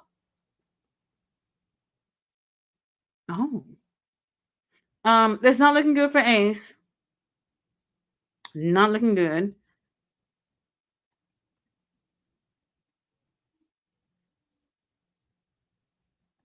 If there's two wrestlers that we failed to use properly, is Montez Ford, Dolph. Oh, Dolph Ziggler, hell yeah. I believe that. I believe that. He had a couple of great moments in his career, but he was there for almost 20 years. And for that long, he didn't have as much success as someone who had been there for 20 years should have had. And as great of a wrestler, he was great on the mic. He had a really great look. The ladies loved him. They could have really marketed him to be one of their top guys, and they never really went that far with him. All right, Brent, I see you doing something. Oh, why is everybody doing a roll up? Is that all we can do?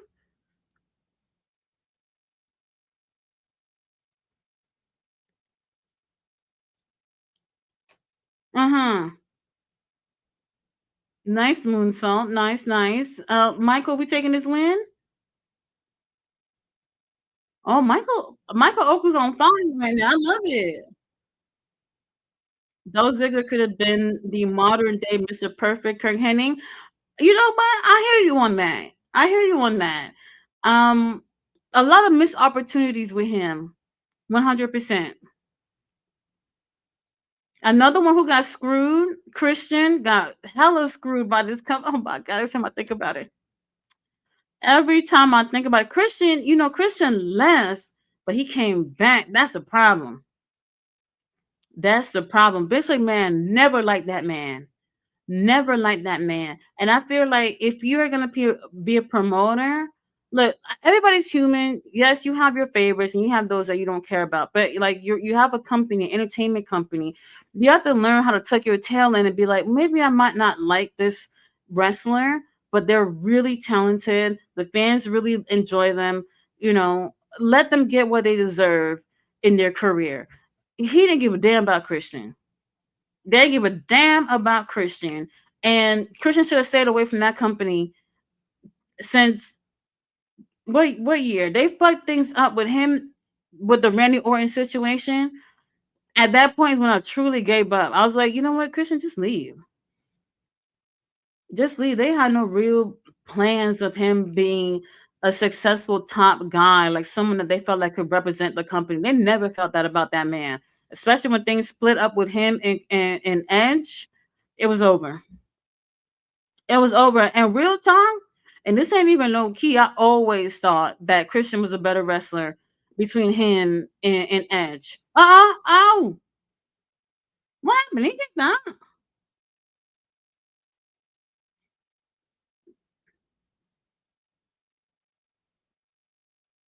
Okay, Michael Oku with the win.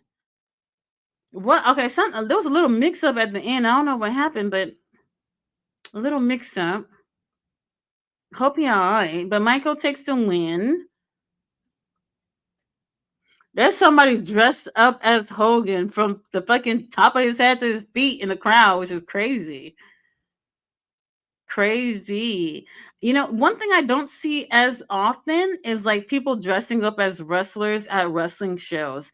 I used to see it like 10, 15 plus years ago. I used to see people do it so much. People dressing up, especially like as old school wrestlers. But nowadays, I don't see it as often as fans dressing up as wrestlers. Nowadays, you see people dressed up as Jesus Christ sitting in the front row. Like, what the hell? Oh, Athena! Athena? I thought Athena match was the main event. Oh shit. All right. I guess not. Yes, Camille will be an American Gladiator. What? Camille's still not wrestling. Oh, I had high hopes about Camille. Camille, when she was with Mercedes, I I liked it, but I wasn't really sold on her kind of being like the bodyguard type for Mercedes because I wasn't convinced that Mercedes herself needed someone to be that for her. Because we know what Mercedes is capable of doing, right? Uh the last time I remember seeing her, it was like some random episode on Rampage. Y'all hear that? A Rampage. So that was a long time ago. And since then, that's it. Camille, she did the movie with Tony Storm and a couple of the other female wrestlers. Forgot the name of the movie. They never even mentioned she was on that movie, but they mentioned that Tony Storm was in that movie. So when that happened, I was like, oh, maybe she left the company. I think she might still be on the roster page. I'm not 100% sure.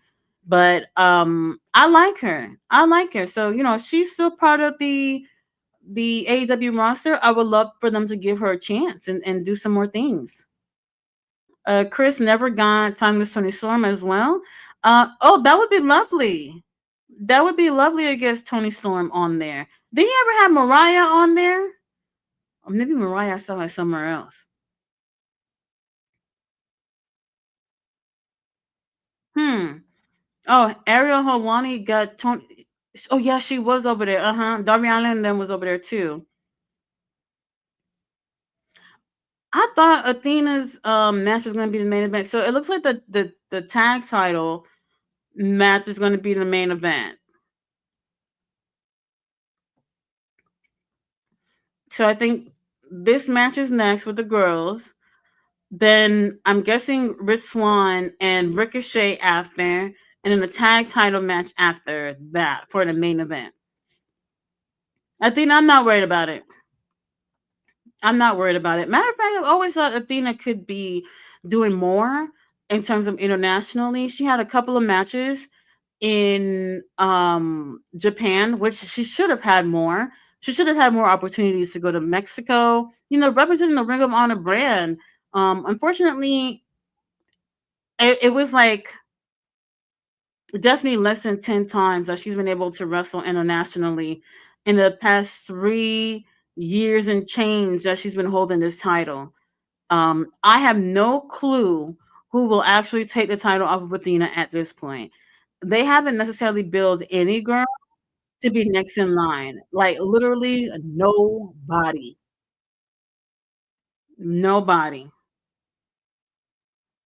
There's our forever champion. She's so pretty. She's so pretty. Now she did do damn, who was she in the ring? She did the pay-per-view they did in the New Beginning pay-per-view, so she didn't win that. But she looks great. So if she had more opportunities to represent Ring of Honor at other promotions, if they're not gonna have her drop the title anytime soon, that ain't a bad thing. Stat writers, it was right there, TK. This motherfucker keeps fumbling easy booking plots. She should have won the belt with Yuta's help and joined them. Yeah, I wanted that at the time, and I felt like even though it didn't happen, there is still that door is kind of cracked open for her to still come on in with the Death Riders. But then here are a whole bunch of y'all saying that y'all think the Death Riders are baby faces right now. Not that Williams in the story, probably not as much. Probably not as much. All right, the title on the line. Ariel Helwani made Tony Storm feel super uncomfortable. That was difficult to watch. You can feel the energy of Tony Storm. Oh, I didn't see that, so I didn't know. I didn't know. I love the MVP interview that Tony Storm. Oh, the one that she did with Sandman. Yes, that was a good one. That was a good one. Pretty unhinged. You could tell she was having a lot of fun. You could tell she was having a lot of fun. So I didn't see the one with Ariel. So it might have been a different vibe from what you're saying. Athena. Yes. I'm not worried about this. I'm not worried about this one at all. Hardly Cameron with Ariel. Oh, I didn't see that. Oh. All right. So, I mean, Ariel doing his rounds too, it seems. Honestly, I always thought he was a WWE guy, really. All right. Athena got all the fans in the crown. Taylor, you get your little TV time here, but you're not getting that title.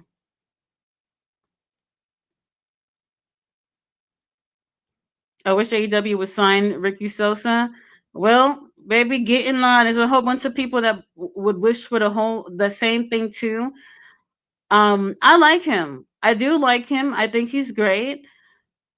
I don't know if AEW are even looking at like not just European, but I don't know if they're even keeping their eyes out on international wrestlers at all. We did see a couple of people from CMLL, get their opportunities and have dual contracts with CMLL and AEW, but I really haven't seen like opportunities like Michael Oku. It's been like almost 2 years now since people have been saying like he gonna get that contract, and it hasn't happened. At least a dual contract where he could have had something with AEW and Rev Pro, you know. And here we are. Here we are. He hasn't had too many matches on AEW ROH. Most of the matches that he's had have been on ROH from the times that he's been over there. But I don't know if they are looking out on like European wrestlers or wrestlers from India or anywhere else right now. Or Canadian wrestlers. Do you hear that, Tony Khan? Psycho Mike. Just saying. Ricky Sosa is WWE bound. I see I see sis Mercedes Monet doing TikTok with Ricky Sosa. Really? I never seen that. All right.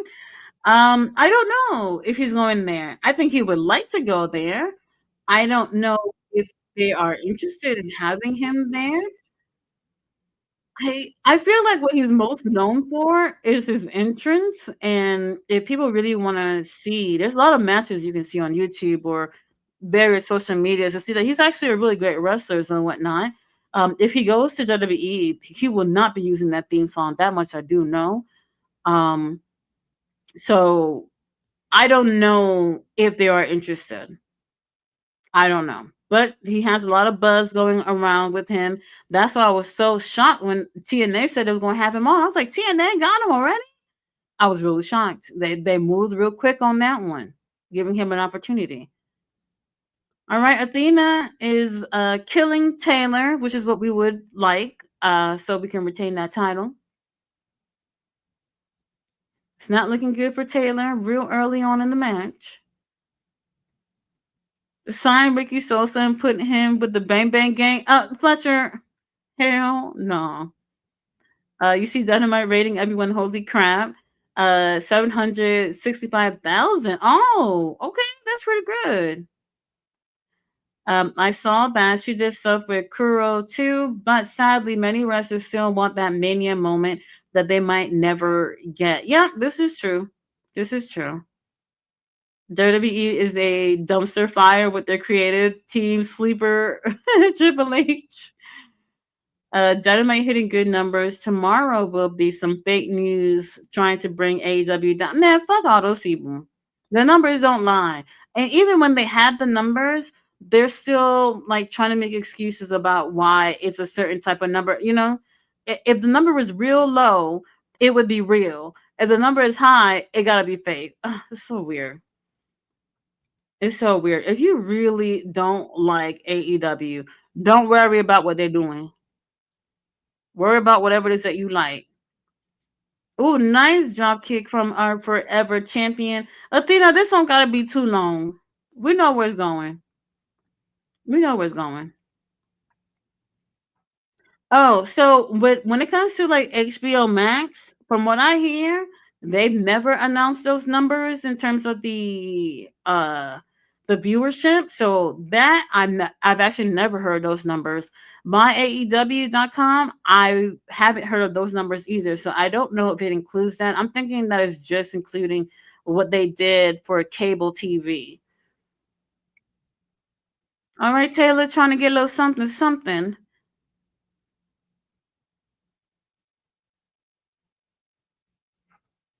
Okay. She kicked out. Athena already looks frustrated. She wants to make this quick and explore what Canada has to offer. Do you enjoy the heel EVP swerve plot angle? I told you, Tati, it makes sense. Watch him hire Hurt Syndicate after he wins the EVP power and the trilogy final match. MJF, you're cooked, bro. Well, I would love to see Swerve with the title. I would love to see Swerve with the title again. Kenny, maybe not right now. Right now, MJF. Real talk. I'm kind of bored. I'm kind of bored. So, but I do feel like he's gonna. I feel like Kenny's not gonna beat him though, at Dynasty. I would like to see Swerve working. I mean, I would like to see him with her syndicate, but there are big egos, big names in that group where I don't think that it might last long. Now, the situation with Kevin Knight, if Kevin Knight will come to his senses, beat the shit out of Mike Bailey, and join Swerve and some little group or whatever, I'm okay with that. I'm okay with that. You know, we've seen little run-ins with Swerve and Kevin Knight as of late, and I think Swerve is trying to get him to realize like that nice guy shit that's not gonna get you everything you want in pro wrestling.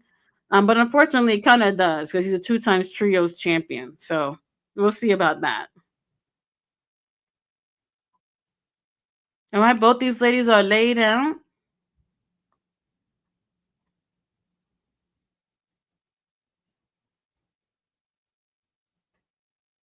All right, Taylor got a couple of fans chanting for her in the crown. At least 100K alone must be Tekla fans. Yes. HOG announces that Zilla Fatu Brody King match. Oh, WrestleMania weekend. Well, there's a lot of shows going on that weekend. There are so many shows, so many like meet and greet opportunities and things like that. Um, I I would hate to be traveling at this time. But it would be cool to experience that WrestleMania weekend and going from promotion to a promotion, go to different shows and meeting wrestlers or whatever. It seemed like it's gonna be a great time. It really does. So apparently, Lee Moriarty ain't the only artist in AEW. Tekla's also a painter.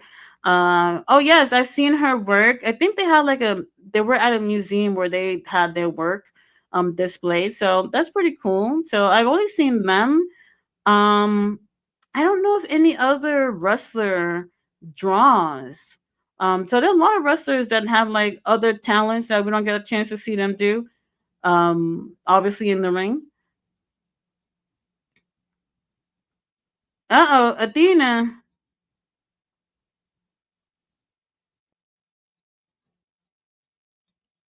All right. Now, don't be surprised if like Diamante or Billy Starks come out to help. That's what happened last night with Athena and Maya World. I didn't like that. I mean, I wasn't surprised, but I felt like the match was great enough that they could have just had that just be a clean win for Athena. People would still give Maya World her props for giving a great effort against Athena. I just feel like the interference it's getting too cliche for me. So I don't want to see any interference here in this match either. I know like a lot of heels are known for doing certain things, but I wouldn't pull that let my homegirls interfere card every single match. I think Swerve could have a mainstream appeal. Um, yes. So look, it's a yes for me if I'm thinking about like how I feel when I see him. But if I'm thinking like how people even outside of wrestling see him, right now it's not mainstream, but it could be, and it will take the company doing more with him. And I hate to say this, but a lot of people are just gonna look at him like another black guy wrestler who also raps type of situation. And there has to be more, I think, for him to be mainstream. He got to have some other hidden talent, or the company has to really back behind him to make him like their top priority. And it's going to take a lot more before he become mainstream, I think. Swerve will be the next face of AEW. I can bet on that. His story is moving there right now. He will screw Omega in Canada. Swerve will be the heel face of AEW and Osprey the baby face of AEW. And by the end of this year, 2027, is Swerve heel EVP champ versus babyface Osprey at All In. Mark my words, 3-Eye Fletch. We'll come back to this, Fletcher, and see if it's true. Oh, Taylor looking like she want to wrap this up. Code breaker. All right, Athena kicks out, just as I expected. I would low key lean into the meme, make her a dictator type, but don't overdo it. Don't give the military uniform or army. Who are you talking about? Tekla? Are you talking about Tekla? They're not gonna do it. If you talking about Tekla, they're not gonna do it. Let me tell you. Do y'all remember? They tried this with Gunther. They tried this with Gunther. Oh, how many years ago was that? Like 3, maybe 4 years ago. They tried it when Gunther, where Gunther is he's Austrian, right? Austrian or was it German? One of the two, whatever. I can't remember. And they had him have like certain things about him where it's not. You can't say, "Oh, this is like Nazi shit," like 100%, but it reminds you of that. And they tried that when Gunther, and people was calling it out like, what the fuck is this? But obviously it didn't go too far because people caught on it or whatever. I don't think they're gonna do that with Tekla. No.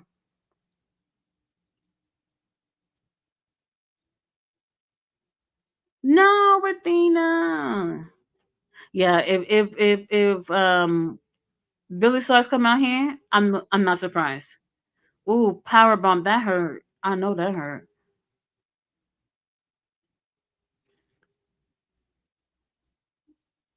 All right, there we go. There we go. Athena with the win via submission. That's all we needed. We knew where it was going. We knew where it was going. Bandito added to HOG Las Vegas event. So what the hell is Bandito now? I'm just scared that the heel EVP swerve might mean that MJF is on the way out of AEW, but that would eventually happen. Eventually, I really do believe that, but just because someone else is on top and he's not like at the tippy top over anyone else, he can still be a team player. Be a team player, baby. You win some, you lose some. Uh huh. Uh huh. Thank you. Thank you. Yes, Gunther is Austrian, just like Tekla. They tried that, trying to give you like familiar things with Gunther and that Nazi image without it, like, you know what I mean. Like they gave the little imagery of Nazi when you seen him, but they didn't go 100% with it. And people called it out, and WWE was like, let's knock it off. Uncle Don, we love you. We love you. Mm-hmm. No, I think. Well, hold on. I think there's two more matches. I should have pulled up the card.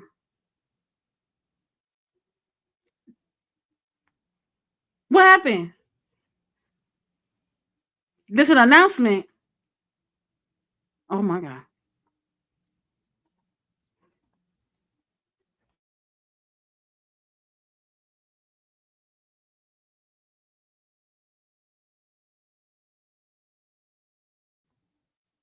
All right.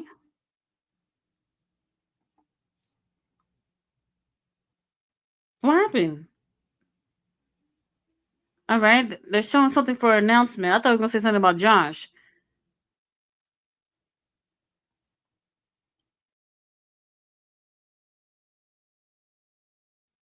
They probably, maybe they might announce like a TV deal. They need it. They really need a TV deal. So like they only have shows every few months, which is not a bad thing because this is how Tony Khan was able to revive Ring of Honor too, by having a, what was it, like 3 pay-per-views a year, and then we got the TV shows. So maybe this might be what they're gonna announce today.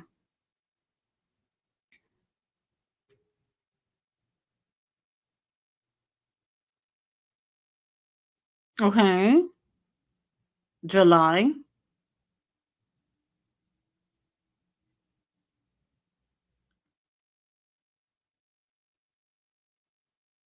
Mm-hmm.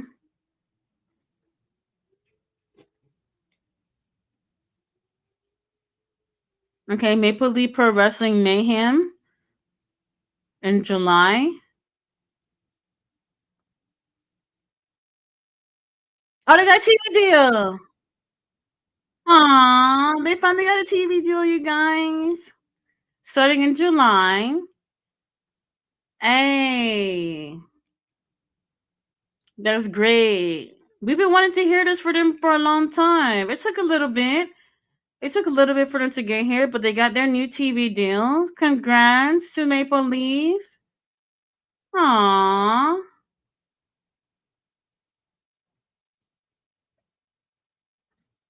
Let's go. Well, what nights they coming on? What nights they coming on? I feel like there is wrestling. Is it every night? No, not well. So they didn't announce a specific date, but they said on July. Oh, June 12th. Is that what is that? June 12th and June 13th. Okay.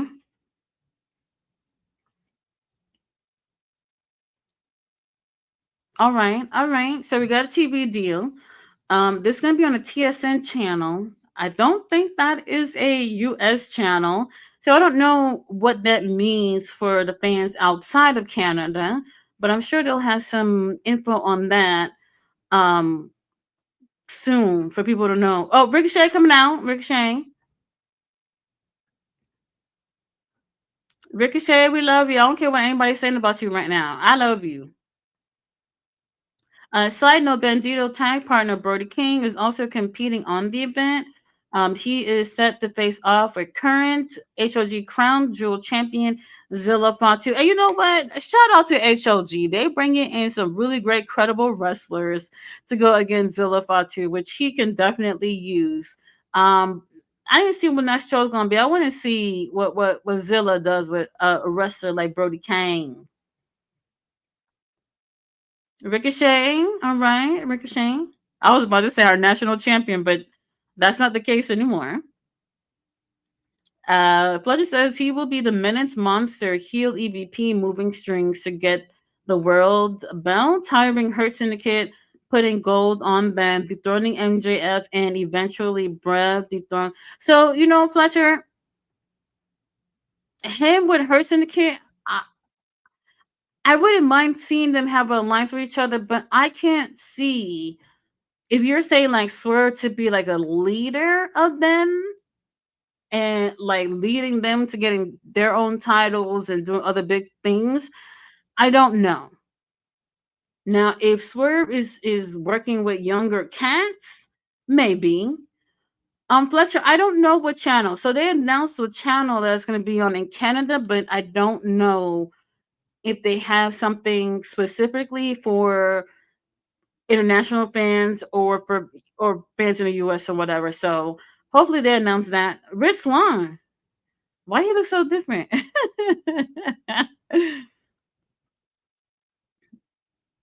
All right, he had a funky little dance going on here, and he's bald. He looks so silly. But yes, Swerve with her syndicate. I don't like. I could see it, but not him in like a leadership role. I don't think that would be the case. Bandito versus Amazing Red. That's what Amazing Red. Oh, that sounds really good. You know what? I gotta see what shows during WrestleMania weekend. See which one I'll end up covering. There's a lot of shows going on, and there's gonna be like shows going on at the same times as other shows too. So lots of options, not just that weekend, but pretty much the whole week. So there's these shows like in the middle of the week, towards the end, and even on the weekend. Typically, the majority of the shows will not be on at the same time that WrestleMania is on, which is kind of crazy because you know WrestleMania is two days. You know, so that does take away from all those other promotion that could be on at the same time. So we'll see. Um, yes, James. So they'll be on the TSN network on Canada. But hopefully they'll have an option for international fans to also watch as well. Maybe having a streaming service too, or be part of another streaming service where other people can support. Because I know they know that it's not just Canadian fans watching them right now. You know, they have fans all over the world watching. So there's still enough time for them to, broaden the viewership in terms of where fans can watch them. Oh, they about to cook right now. And nobody better chant balls out at any one of these two guys. Anyone. Sammy Guevara cooked against Amazing Red at HOG last event. Tati, we talked about Alicia, and you know she will make MJF jump ship with that toxicity. I used to like her, but now I can't stand her. I mean, I've never really been a fan. She stole my man, but she can have him. She can have MJF. I'm over it now. But she does come off a little problematic on social media, though. I'm hoping Swerve still gets EVP status. We've missed out on some fun outcomes. Briscoe should join fourth. forces with the Don Callis family, and the Death Riders should have turned on Moxley. That one opportunity that they had during the Continental Classic, they blew it, and no other time after that would have made sense. Mark Briscoe, I would have been okay with it if they did it. I don't know if it would have lasted long term. I don't know if it would have lasted long term. It would have made for a great story, and I think it could have been entertaining. But what's killing that, if you think about it now, is that the Doncast family, they take too many L's. Oh, I think they take too many L's. If anything, he probably would have grown close to Kesha. If anything, since he's pretty much, I guess you could say, the only baby face in that group.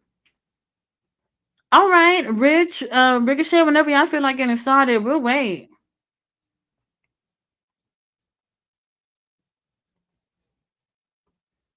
Swerve will get the EVP status. People are sleeping because the feud is Swerve and Omega trilogy for the EVP power. It's not Omega versus MJF. Omega is a body for MJF, an easy pop for Canada. Well, damn, when you put it that way. I don't know about Kenny winning it, so that could be true. But MJF, I don't know where they're going with him right now. I mean, if he wins at Dynasty, what else are we going to do after that? So I'm kind of bored because I think the only thing we can do after that is continue whatever they're doing with Darby and Andrade. Whoever wins that will continue to go on to go against MJF. Now, if it is Darby, this is a huge opportunity for him because it's been a while since Darby been in the title picture. And you know, when they did the four pillar story with Darby, Jackson Perry, and Sammy Guevara, there was what's the word I'm trying to look for? It was interesting. It was an interesting story. It got overshadowed by the whole BCC and elite thing that was going on. That is one.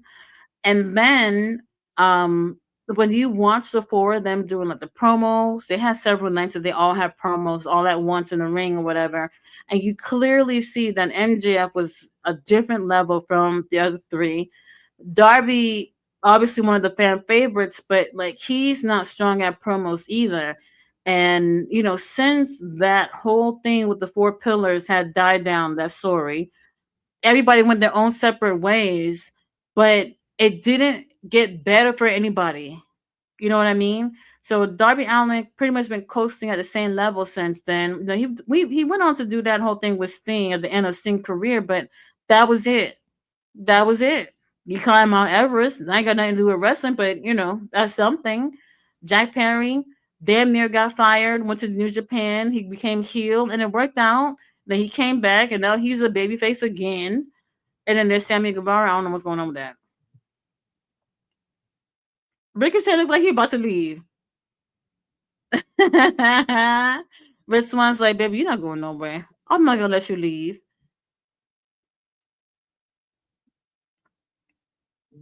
Damn. Ricochet, get your head in the game. Get your head in the game. Matter of fact, we need more betrayals in wrestling. Yes. Yeah, a lot of things I be predicting in my sleep that just be happening. I'm just like, can we switch things up a little bit? Let's have a little bit more fun, you know? Ricochet trying to get a little breather. Double or Nothing is probably Swerve and the Demand. Oh, the Demand. I can see Swerve working with the Demand. You know what? No, no, no. Let me take scratch that. Not necessarily including Ricochet, because you know Ricochet and Swerve, they still got their problems. They just been like away from each other. So I don't know how they're gonna rectify that if it's going to be Swerve and Demand, including Ricochet in that situation. But I can see like Toba Leona and Bishop Khan with Swerve. I can see that versus Omega and the Elite Express. Oh my God, kill me now, Elite Express. After Swerve screws Omega at Dynasty, wait and watch All In 2026. Swerve taking the EVP status, but when you say Elite Express, you talking about Young Bucks, right? Because it seemed like they're going to be gone for a little bit and then come back when they're ready to get their hands on the titles. I think that's what they said on Dynamite. So I don't know if they're going to be in that. If you're talking about them when you say Elite, and I did say it. I said, look, when Hangman lose that match against MJF, y'all not even gonna mention Hangman. I haven't heard Hangman since he lost. I haven't heard his name since he lost. This time Swerve will be an EVP. Kayfabe, of course, people have been shitting on this angle because he beat Young Bucks last year. But people forgot that the EVP status, oh, they took the EVP status and gave it to the audience. Right. But what happened with Kenny being an EVP? Wasn't he also not an EVP anymore? That's the thing that I feel like people are confused about. Like, who is actually EVP? Young Bucks, they're definitely not. But what's his name? Kenny Omega isn't either, right? Ricochet, let's get this little one. They could have got cutie referee Brandon on here. They didn't get him for the show. He just walked on his face. You're not gonna put your dirty boots on my face. Tati, I wish you're doing collaborations with some girls who like pro wrestling, like AEW, Ring of Honor. So yes, Tyler, I have reached out to a lot of women, and let's just say just about all of them only watch WWE. Um, so yeah, I've reached out to a lot of girls, and it's fine. Like, if you love wrestling, you can watch any promotion you want, whatever, if that's your thing. But a lot of girls just watch WWE and don't watch anything else. So these are girls that I've reached out to. So I haven't been able to find anyone. Like, GM literally reached out to me because I felt like I wasn't going to find anyone else. She ended up reaching out to me, and I'm not gonna lie. When I saw her message, I was like, she's probably joking. And then she messaged me again, and I was like, you really watch AEW? You really watch New Japan? And she's like, yeah. And I said, all right, come on, let's see. And she really does. She's open to watching other promotions too. So I've always wanted to work with other girls, do collabs with other women who love wrestling. But that would be open to watching other promotions too. And unfortunately, I have not found other girls that are open to watching other promotions outside of WWE. Stomp him out, Ricochet. Stomp him out. Well, Rich Swann look good though. He's in great shape. So is Ricochet, but I don't have to say that. Y'all already know that. And I love this Swerve push. He deserves it. He deserves to be the face. He's developed a ton. Yeah, absolutely. I remember when they signed him and he came, and I was just like, yes, we got him. Let's see what we can do. I think it was a little rocky. I wanted to see more out of him when he was tag champion with Keith Lee, because I really do feel like they had something really special with the two of them as a team that should have lasted a lot longer. And for whatever reason, y'all was so hell bent on the whole Acclaim situation. So the company was just like, you know what, everybody's scissoring each other. Let's get the titles to the Acclaim, which I felt like I didn't care for the decision at the time. But ultimately, things worked out for Swerve anyway. It's not looking good for Rich Swann right now. This is light work, Ricochet. Why are you bringing up Kenny Omega on commentary?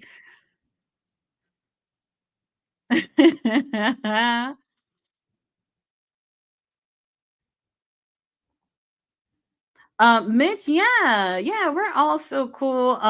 Sometimes you work with people doing certain things from like a professional level, and then you realize that you have other plans and things that you want to do. So everybody's still cool, but we all moved on because we had different ideas in terms of what we want to do in the space. So, you know, like being in a network of people who also cover wrestling, it is not easy. I don't think it's easy. Everybody have that level of respect, but not everybody has the ultimate same goal. Which is okay. which is still okay if you all not looking at the same things as a goal or whatnot. Personally, I am not interested in like working in a network of people when it comes to creators. Now, I would like people to come on do live streams and stuff like that with me. That's cool, but I don't think I need to do like a whole network situation. I don't think I would do that again.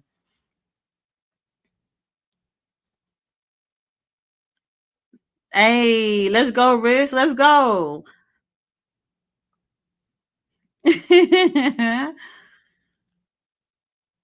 He giving me a little like with the dancing and stuff. Y'all remember Percy Watson? He kind of giving me that a little bit. A little bit. Ooh, that was a two, ref. That was a two. The Bugs Hell EVP run was great. That's how you go from face to heel to face again. It was good slow burn. When they were pretending to be, I like that. I thought that that was really cool that they were doing that. And I think people might have been feeling bad for them, not me, but some of y'all. I thought it was great. You know, if they're going to be taking a break right now, so this is the thing too with FTR and the Young Bucks. I like them in a ring, and they are definitely the best tag teams in wrestling. Period. However, I am bored, and I want to see the other teams in the company too. So at times, I wish that these teams wouldn't mind doing singles action too. We've seen a few times with FTR that Dax and Cash would have singles action, not many times that I can count. Not many times that I can count, but they've done it. But the Young Bucks, have they ever done singles matches in AEW? I want to say no. If I'm wrong, somebody let me know. Have the Young Bucks ever did a singles match in AEW?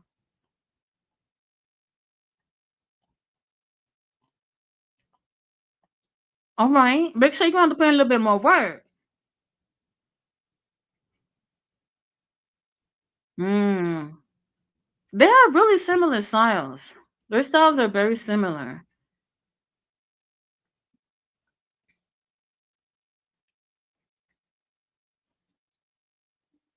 And by the way, I really enjoy Ian. I wish they would have him doing Collision. Um, I mean, still keep him on Ring of Honor, but I think he could definitely be added on AEW commentary team. And I love Caprice too. They're my favorite commentator team. I don't care for any of the rest of them. I mean, no, that's not true. I do love Nigel McGuinness. Other than that, everybody else they suck to me. Giovanni, Excalibur, Taz, I can't deal with them. They don't. They're not entertaining to me.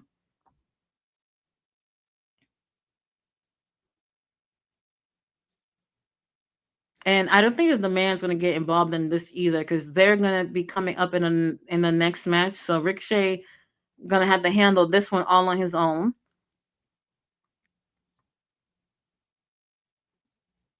Oh, oh.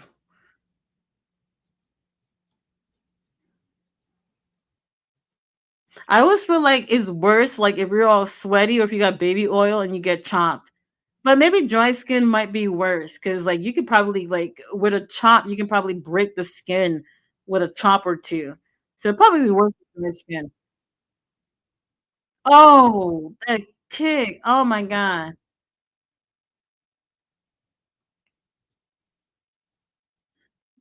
Ooh, nice. They're so similar. Their styles are very similar.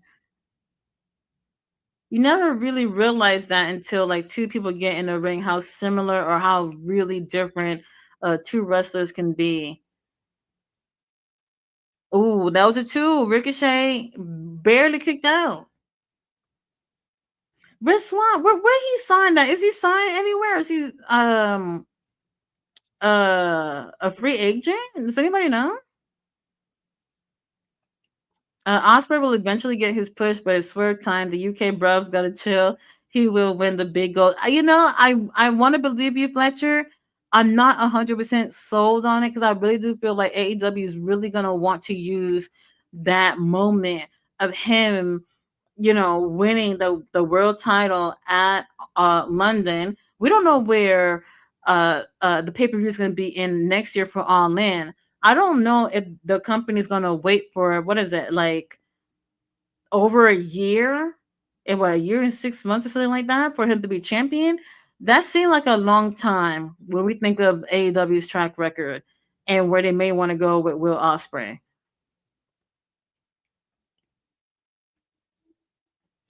Oh my god, did he kick him on the neck? Ooh, that did not look good. Not look good. On socials, I saw some WWE Fed soldiers commenting that wrestling is dead. I laughed because I don't remember a time in the whole world where wrestling has been that red hot. It's been a while. I do feel like, so there are people who are biased in terms of the promotions that they like, and if what they're watching not cooking, then no one else is cooking, which is not true. Which is not true. This is why I tell people: if you love pro wrestling, be open to what the world have. Oh my God, they slapping the shit out of each other. Referee getting dizzy watching them going back and forth.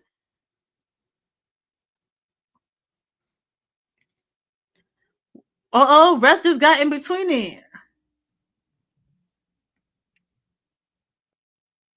Why did referee come in between them like that? Because that was a slight distraction for Rich, and now Ricochet is about to put Rich in the grave. Oh, never mind. Rich kicks out. Ricochet looks so annoyed. He's like, "Why is this bitch not staying down?" WWE being dead doesn't mean pro wrestling. Yep, damn, this is true. Give wrestling a chance if that's what you love. Now, I won't lie to y'all either. Like, when I think it was like 2019 to like 2020 ish or whatever. When I tell you that WWE was so boring to me, I would literally just be having it on for like background noise, for real, for real. But I still couldn't get in AEW. Like for me, I just felt like I wasn't sold on it. So I would watch it from time to time, but I wasn't sold on it. Sometime in 2021 is when I got sold on to AEW. So it took a while. It took a while for me to get to that point. I don't think that you're gonna watch something one time and immediately they're gonna grab you. You're probably gonna have to watch several times and to get to it. Oh, there goes Spirit Gun. This was really good. Really good. Definitely one of the best matches. Um Uncle Don is wilding right now talking about Kenny Omega is peeing in his panties. What is he talking about? What the hell? What the hell? It's funny because he been throwing out strays at Kenny all night.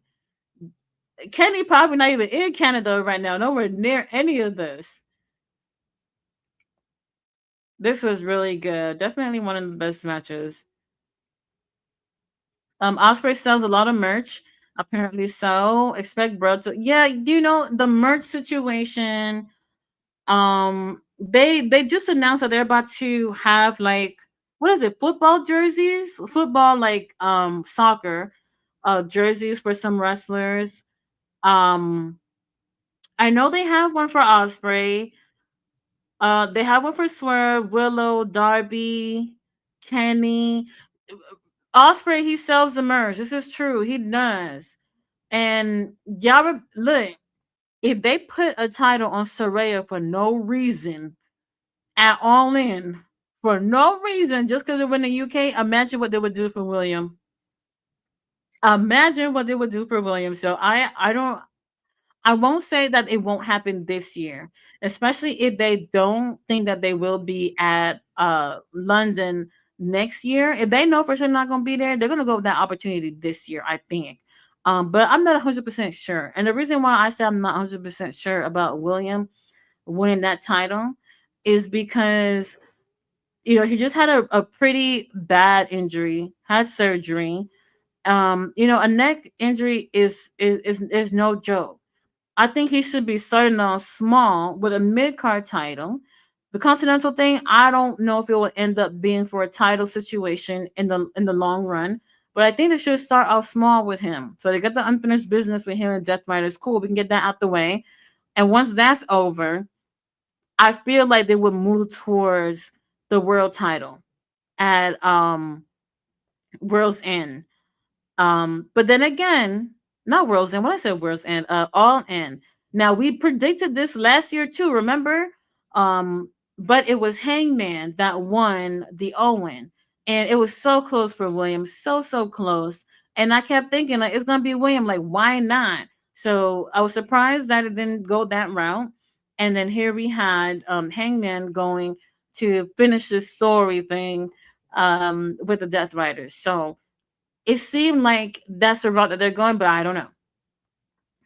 Maple Leaf, HOG, JCW, Mystery Wrestling, TNA, AW, New Japan, Rev Pro, WXM, WXW in Germany, ACW in France, Stardom. Wow, but they have the nerve to say wrestling is dead. Well, when they say wrestling is dead, they're talking about what they watching. That's dead. Okay, their next show is what is that? April 17th. April 17th, they have a multiverse. Now they have been announcing people who's going to be on that show. I don't believe they announced any matches that's lined up for that show. But it's gonna be a lot of people there. Oh, I don't know if I'll be able to cover that though. Oh my gosh, WrestleMania weekend. That's my daughter's birthday weekend. And I promised to go to a convention with her. And she wants me to dress up as like a character. Oh, Supercard of Honor. Hey, we got the announcement. Supercard of Honor will be on May 15th. Where is that? What is that? Maryland? Oh, okay, Maryland. Somewhere in Maryland. I don't know. Somewhere in Maryland. Okay, so tomorrow night. Tomorrow night, Uprising pay-per-view, Giselle Shaw versus Diana, but this time the Maple Leaf Canadian Women Championship will be on the line. Okay.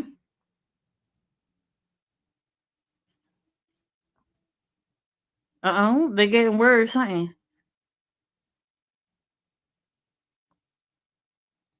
No, they're talking about Josh.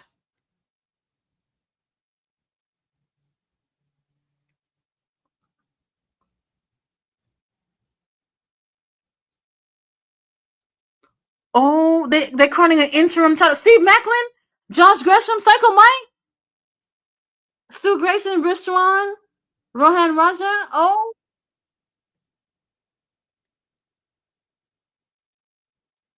wow. Okay. So they're not vacating. They're not vacating. They're doing an interim. Um, I don't know how y'all feel about that. I'm not a fan of interim champions. I'm not. It must be. I'm guessing it's serious enough where they have to have an interim champion. Because now look, they just had this show. No Josh. Tomorrow night, no Josh. Then they're gonna go to do the show in Vegas in April. Josh is not gonna be well by then. Oh, Bishop Dyer coming out. All right. So I mean, I can see why they have the interim thing. I don't necessarily care for that concept, but they need somebody to fill that in. So I understand. I understand. Osprey will take the Continental belt from Moxley at All In. The story is there. Fletcher, I don't know. That is a long time from now. The story is there, but I'm thinking about time. I'm thinking about time. I'm not gonna say that Osprey should go for the title. What's the next pay-per-view again? Dynasty, not Dynasty. But if he eventually won it, I don't think they're gonna wait from March all the way to August for that to happen. That's what I was saying. While it might seem like people are rushing, I just feel like the company is going to look at that like it's too long. So I'm predicting based on what I think they will do, not necessarily what I want them to do. And I think that if he gets the Continental title, it will be way before All In, probably drop it before All In, and then go for the title. By then. Oh, Gates of Agony. Oh, my boys.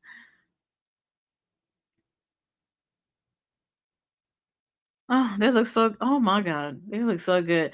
Bishop Khan just looked like something you see like in an action figure box. You know, like something that can't be real. That man is. Oh my god. The Fetty dogs are losing their minds. They even complain about AEW fans not going to reaching out to their trolling and saying AEW fans must be bots. Tia said, Fletcher, if I only watched and went to indie promotions in my state, I would be good for life. Yeah, same thing for me. I tell people, like, if I stop watching AEW, stop covering them, I'm not going to be at a loss. I like other promotions too. I would still be going to wrestling shows. I would probably still go to AEW shows. Like I don't feel loyal to any promotion. I don't really feel. I don't understand why people feel like they have to be loyal to a particular promotion. If they're not paying my bills or hitting it from the back, then I'm not gonna be loyal to you. That's it. That's literally it. So I don't understand that the mentality of um, what I hear a lot. Oh, hold on, they got the new titles. Hold on, they better zoom in. We got Aubrey here, who will be officiating. Who's coming out here? Oh, the Good Brothers. Ugh. The Good Brothers. I just, I feel like they're winning tonight. I really do feel like they're winning tonight. Um, I'm not a fan of them. I've never really felt like a fan of them as a team. Now, they're not a bad team or whatever. It's not that. They don't give me anything that I just feel connected to. So, with that being said, I do think they're going to win though, and be the inaugural Maple Leaf Canadian Tag Champions. Maybe somebody can confirm. As far as I know, Mox and Brev is not a title. Yes, it is not a title match. Um, which some people are pissed about and saying Takeshita should have won if that's the case. I am thinking that it's not a title match now, so that eventually it will be a title match. That's what I think. So I think that there'll be a rematch at some point for the title this time. Um, who will win that? Honestly, I don't know.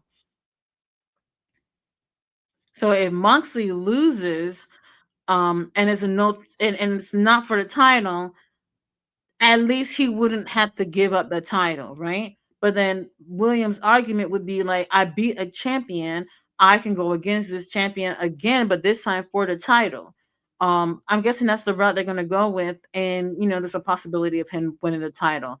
But for the match at Dynasty, the title is not on the line, and they can change that up until we get to that point. I don't see the surprise. TK already beat Levex once. Wednesday Wars, remember? Oh, was it? Yes. NXT was on Wednesdays and they moved to Tuesdays. This is true. This is true. Brian Alvarez be cooking the crap out of NXT.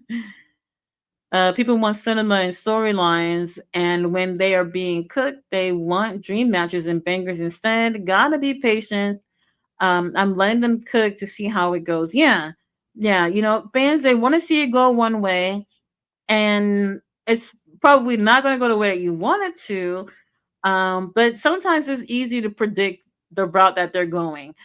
This is what I think, like the situation where Tommaso Ciampa possibly getting involved in the match with ETR and Cope and Cage, that really would be interesting. But I feel like we waited for so long for that to happen that I don't know they're gonna go that route with it. All right, everybody just fighting outside the ring right now. Aubrey's just like, somebody get in here. Bishop Dyer. Oh my god. Isn't Bishop Dyer he with what's the other tall guy again? Shit, I forgot his name. The other tall one. Dijak. Yeah, he's in the team with Dijak, but that's in That's in MLW.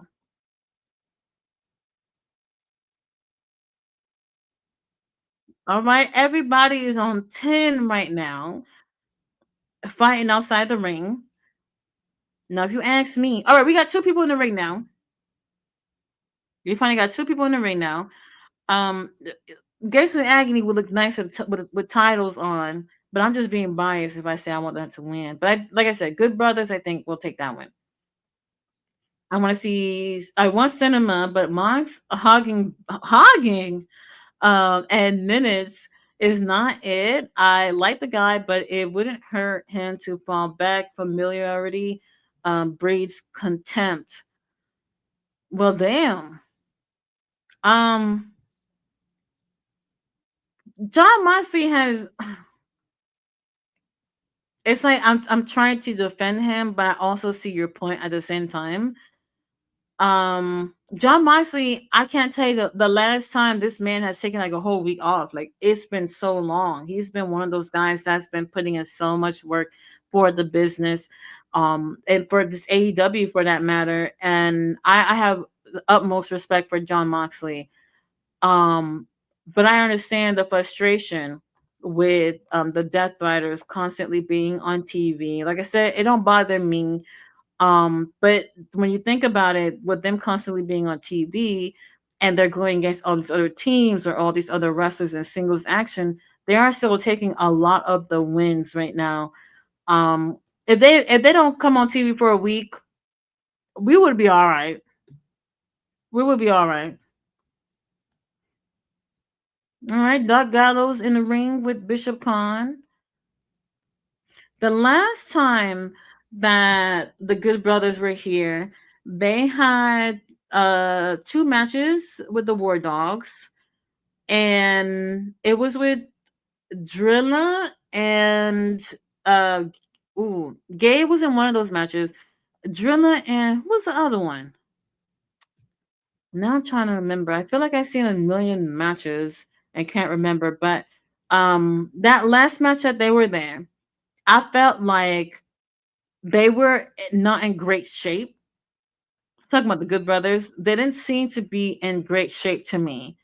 And I was a little concerned because I was like, I felt like the company, well, at least Maple Leaf was trying to build them up to be like one of their top tag teams. And at that time, they just seemed a little rough in the ring to me. I'm watching them now. So far they look better than the last match that I seen them in. And this is why I was like, I think they are trying to gear up to them being the ones to get those titles. Like I could totally see it being them.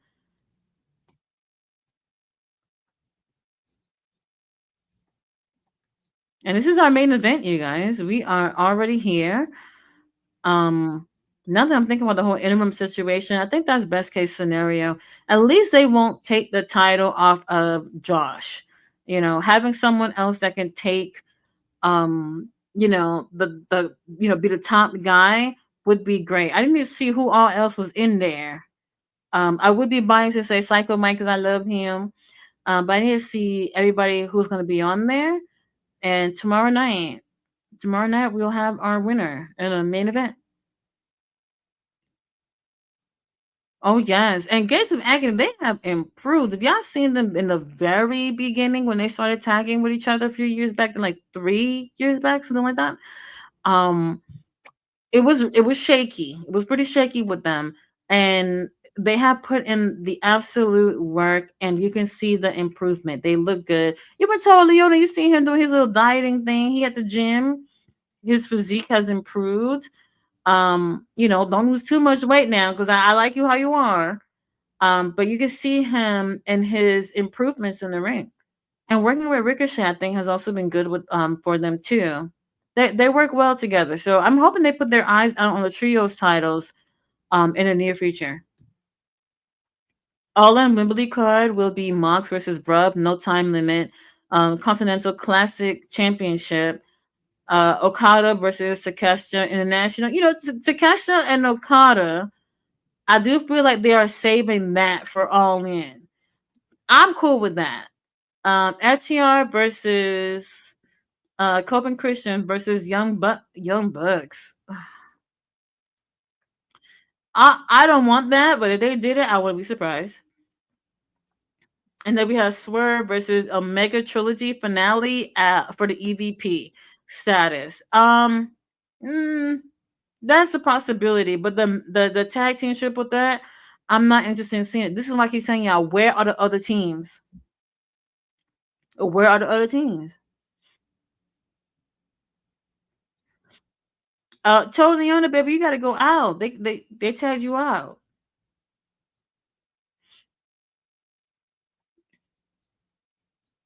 Who was that getting the ass stumped out right there? Oh, that's Carl Anderson. Okay. I remember a couple of months back when they did the um damn, what's the name? What they call it? Battle Riot that they had at MLW. Doc Gallows was there as Doc Gallows and he got eliminated early and then he came back out and he was Festus. That shit was perfect. Absolutely perfect. I loved it. I loved it. I loved that match way more than I thought I would because I was honestly gonna skip out on it, but I had a great time watching that. Tekla versus Mercedes. Oh yes, Tekla, whoever it is versus whoever got a title by them versus Mercedes. That's what I want. At all in. Big up, my G, Michael Oku, UK stand up. Yes, a really great wrestler. He is definitely one of those European wrestlers that I feel like could be having a dual contract with AEW. I don't know if that would be that's why I thought he was a free agent. Apparently not. They've been saying for a really long time that he at least a company had interest in him, and I thought they did too because he had a few matches starting off in Ring of Honor for a little bit, and nothing really went with that. A should dethrone Nick Wayne. That would not be a bad option. Having a feud with those two, and then having Ace hold the TV title. I agree with this. Do you and you know that Sour Hangman winning Monk's wrestling every week at you are 100% right because the story the feud continued with Hangman and the Death Riders for a little bit after that. And Hangman, I love you to death. I didn't care for the title reign. They just I feel like everything peaked with Hangman beating Moxley. Everything peaked right there. And then immediately following that is Hangman with the Death Riders again. And that made me really feel like, oh, they didn't have any plans after he won. So we're just going to wing it from here. That's what it was to me. That's what it was to me. Oh no, Bishop Khan.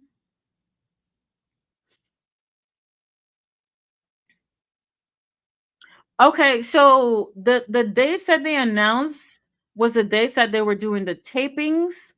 So I think is that there those dates were just the tapings, not the exact date that they were airing, is what they're saying on commentary right now.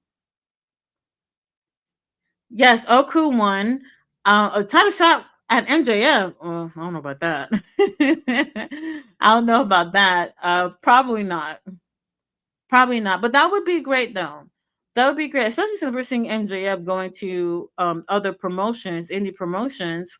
Why not give Michael that opportunity? I don't know if they would give Michael that opportunity on AEW TV, but if it happened at another promotion, in particular Rev Pro, then sure.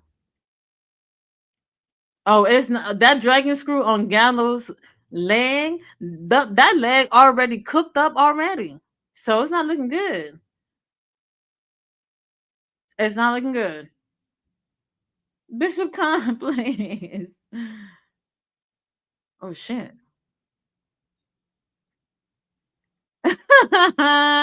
Totally on a. It would be nice to see Gates with agony, but I doubt that. I doubt they win.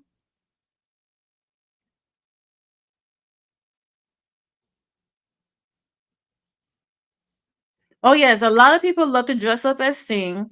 Dusty Rhodes I've seen. Macho Man I've seen a lot of people dress up as Macho Man. Hogan, I think it's probably the easiest you can, one of the easiest you can do. I see people, do like the flare robe or whatever. Um, I've seen a few people dress up as like HBK and Austin, things like that. Uh oh, who is legal? There's everybody in the ring right now. Now, what I see a lot, especially at AEW shows, is Orange Cassidy. But that's easy to do. Anybody can dress up as Orange Cassidy. The kids, they always dress up as Orange Cassidy.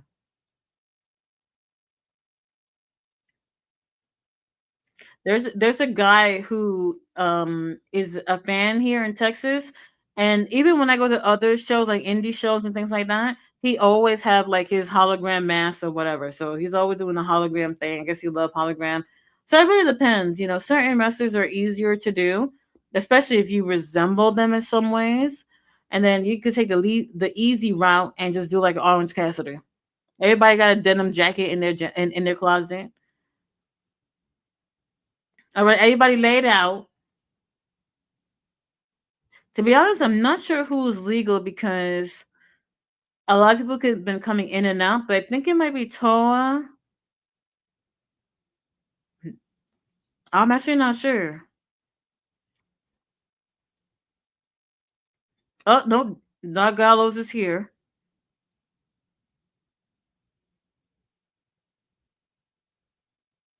Oh, Toa is strong.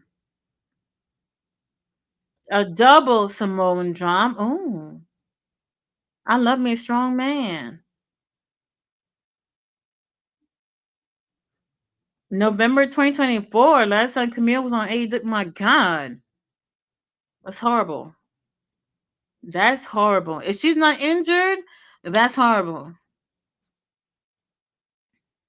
And I don't know if she's done. Has she done anything outside of AEW? Has she wrestled at all? I honestly have not heard about her doing any wrestling at all. Ooh, Tony Leona, baby. I see he almost tripped over the steel steps. Give him a break and change him back for the Continental Classic, but instead we had him doing the exact same things that made him hated after All In. Well,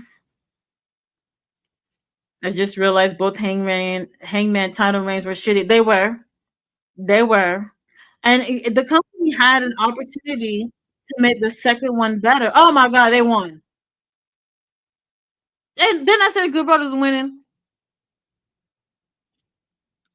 Then I said the Good Brothers are winning. Where they going? Why they? Oh, all right. They was just about to leave without the titles. Let me see the title. I want to see if it look cute. I can't see them that well, but they look good from where I can see it from.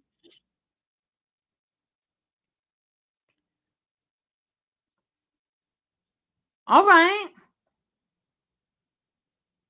not bad.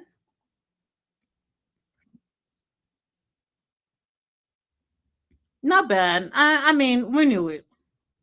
We knew it. And Jeff Omega had the best world title reign runs in AEW. Oh yeah, hell yeah. Moxley, Moxley did too, but a lot of people won't give that credit. You talking about the last one, the last reign? A lot of people won't give that last reign a lot of credit because it was a heel. He was hiding the title and all that shit. All right, they won. They won. I said it gonna win. Like dog, you just lost. Go home. Why are you here every week? And then we had that pointless feud with Darby. Oh my god! And that's the thing. The Darby situation has spiraled onto Darby with the dogs right now, and they haven't finished that. TK ruined Swerved. What happened? What's going on? I thought the show was over. Oh, Bishop Dyer, man, he's beating up his partner. I guess he mad. He was like, "Bitch, we could have won them damn titles."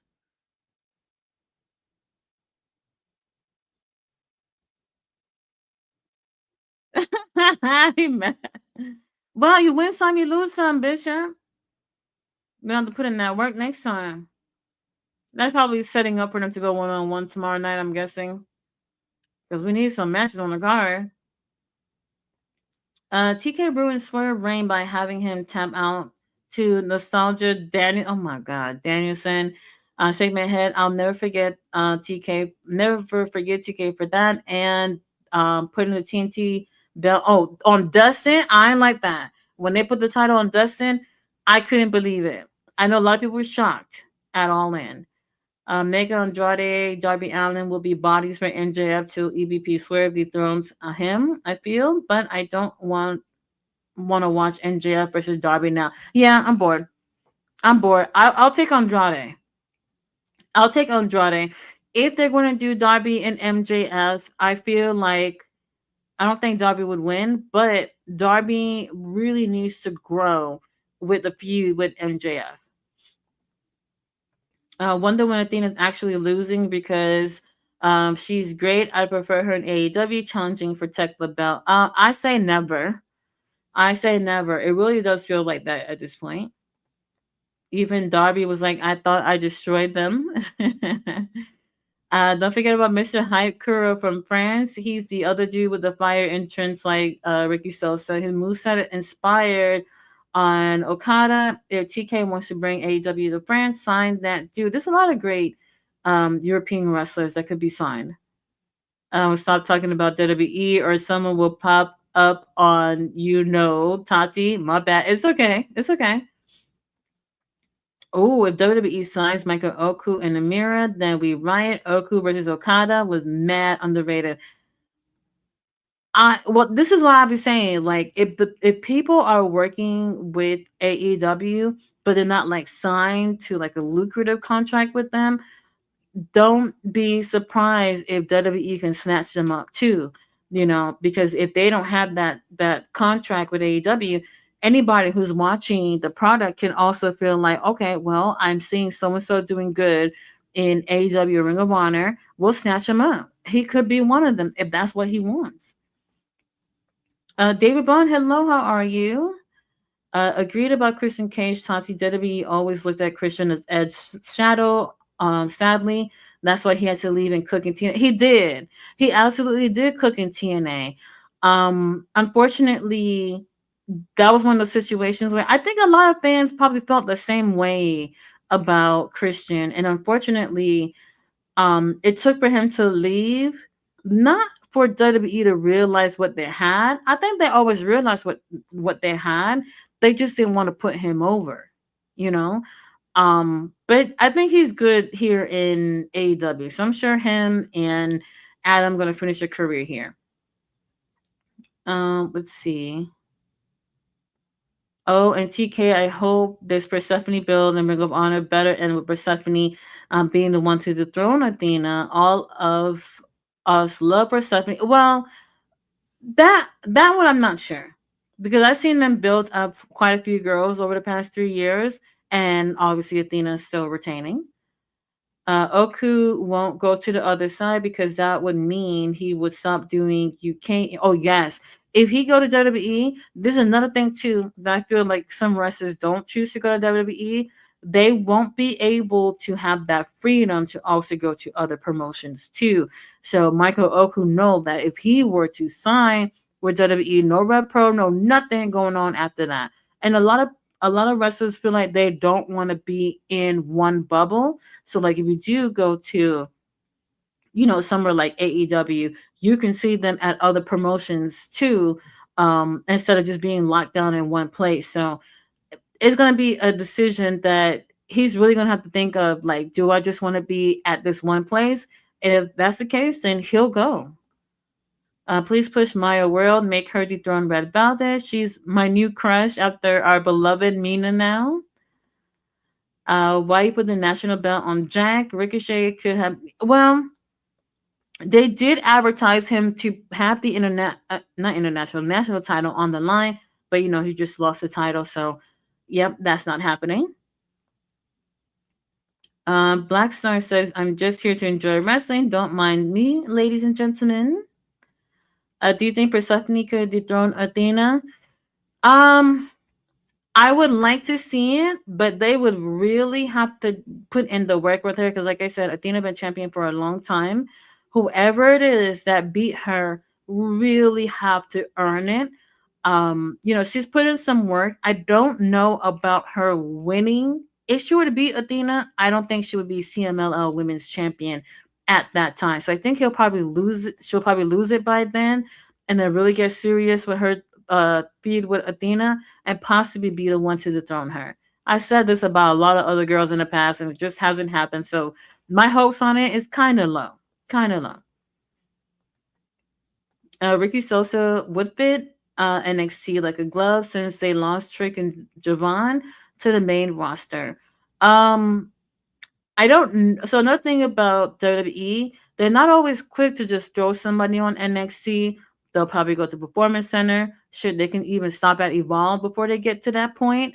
So I don't know about immediately someone like Ricky Sosa or anyone else going to NXT, but I can see him still working well. He has the experience. Yes, he's young, but he has the experience where I think he can do well on NXT. Yeah. Um, Oh yeah, Ricky Sosa is Belgian. Let's see. To what? We already had that Hitler gimmick with the Von Erich. Oh my god. Fritz Von Erich. Yes, this is true. This is true. Let's see. AEW announced new merch for Darby Willow. Yes, those are the jerseys. They look great. I like the Kenny one. I like that one. I think I saw him wore that the other day. No, he wore that at the pay per view. He did a TV deal for Ring of Honor. Let's fucking go. Yeah, we need that. We need that. But it was for Maple Leaf. Maple Leaf got the TV deal before Ring of Honor. All right, all right. We'll see. We'll see. Still good news though. Makes them harder to be bullied by WWE. This is true. This is true. So it's in terms of the TV deal thing, we know it's for sure going to be on Canadian TV, but we don't know about the international fans. But like I said, that is still months away, and I think by then they'll figure out a way for the international fans to watch it too. So, um, hope we'll give them time to see what they're gonna be able to do with that. Only Fetty dogs hate TK. You can tell who are by their misinformed takes. Yeah, a lot of people tend to have like negative things to say about um not just AEW but other promotions too. And you could tell that they're not watching, they're just looking for shit to talk about. Or if they hear anything negative, they're gonna roll with that and not truly know what the hell is going on.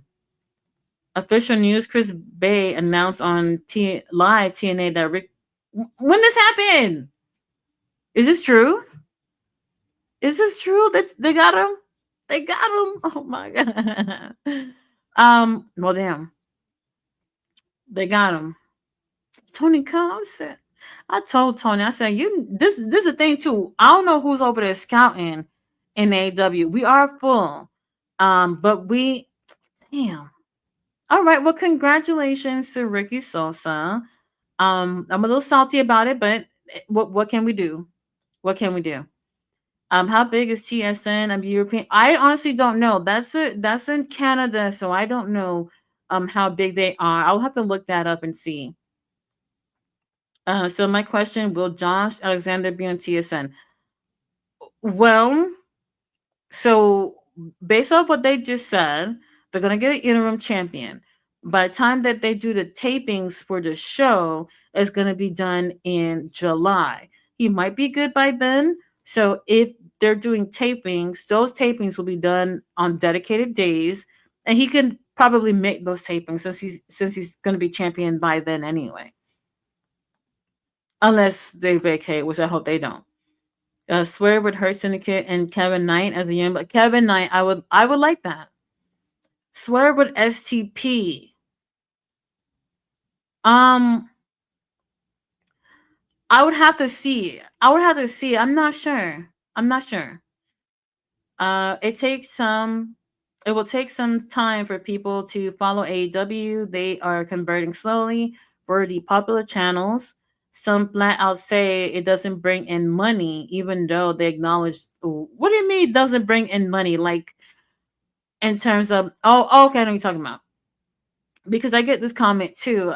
People tell me all the time that you should cover WWE if you want more people to watch you, and I said that I'm not doing this because I want more people to watch me.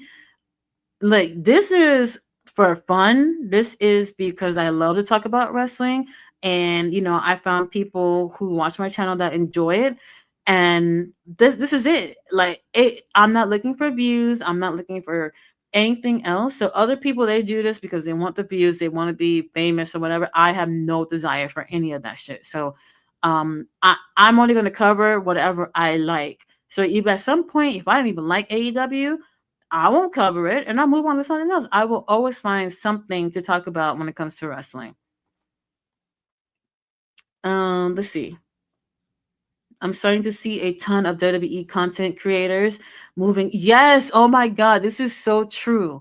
A lot of content creators, like in the wrestling space, would do videos like, oh, WWE fan goes to AEW show for the first time, or similar stuff like that, and that gives them the views because people, I guess, want to see how WWE fans like their opinions on AEW. So I see this a lot, and it brings in the views or whatever. Personally, I don't care about this type of stuff. Let's see. I've never seen a Young Bucks singles match, but I'm late to the company. Started during CM Punk first suspension, first suspension era. I feel like that never happened, right? In AEW. So if they wanted to take a break from the tag team thing and give opportunities to the younger teams or the teams that don't get too much opportunities, they could just do singles, I guess. I don't know. Where we at? Do. Oh, the best of sevens for the trios. What was it? Trios? No, it was trios, right? Um, was it trios though? Young Bucks, Lucha Brothers. The seventh thing, I think, was a trios thing, right? Pac was with the Lucha Brothers, and who was with Young Bucks? They should have did out of five, to be honest with you, because I was over it by then. But I forgot who was with the. Was it Hangman? Somebody in the chat gonna know. That was a while ago. YouTube must be moving different for you. LOL. I'm not getting those recommendations. I see maybe one new. No, I see it a lot. It's not that they're fans. That they're catching on that people, that I guess this is popular in the wrestling space, to see people giving new promotion, not new, but like WWE fan watches New Japan for the first time. Like shit like that gets a lot of views. So it's not necessarily that they're WWE fans now being AEW fans. They're doing it for the views. So I've seen quite a lot of these same titles, whether they're watching it for the first time or the first time going to a show. And a lot of times the videos, they would say things like, I had more fun at an AEW show than a WWE show. And I tell you guys this all the time. You guys know I go to a lot of AEW shows. It is different than going to a WWE show. 100%. I can go to a show in AEW and the staff, like, they know, like, the ones that come to the show a lot, they know you by name. If they don't know you by name, they know you by your face. And you build that type of relationship with them where it feels like they're not just taking my money. Like, I feel like I've got a bond with these people. You know what I mean? Where WWE, you're just another ticket, another ass on one of these seats. And it's literally like that. It's so different. It's very different. Let's see. Callis Civil War, the way Dynamite was Fletcher joining Takeshita and saying he doesn't like Callis helping MJF. Andrade beefing with Callis for helping MJF. At some point, I think we're gonna get there. We're gonna get there for sure because a lot of the members don't seem to be on the same page, at least for now. The whole MJF situation, I think, is not a big deal for Andrade because if Andrade wants to get his hands on MJF, then take the money and beat the shit out of Darby Allin and then move your ass closer to getting your hands on MJF. I wouldn't be bothered. I wouldn't be bothered. I think it works out that way. The best of sevens, yes, was for the trios. I remember that. And the one winged angel on Ray Phoenix for the table. It was a trio situation. Let's see. I was following a dude named Mateo. He was doing 30. Yes, the guy on Instagram. He's actually kind of entertaining though to watch him reacting to the AEW stuff. And I do feel like if you actually sit there and watch it, you might not like the whole show. Maybe you might not care for the promotion, but you're going to like at least one character. You're going to like at least one match.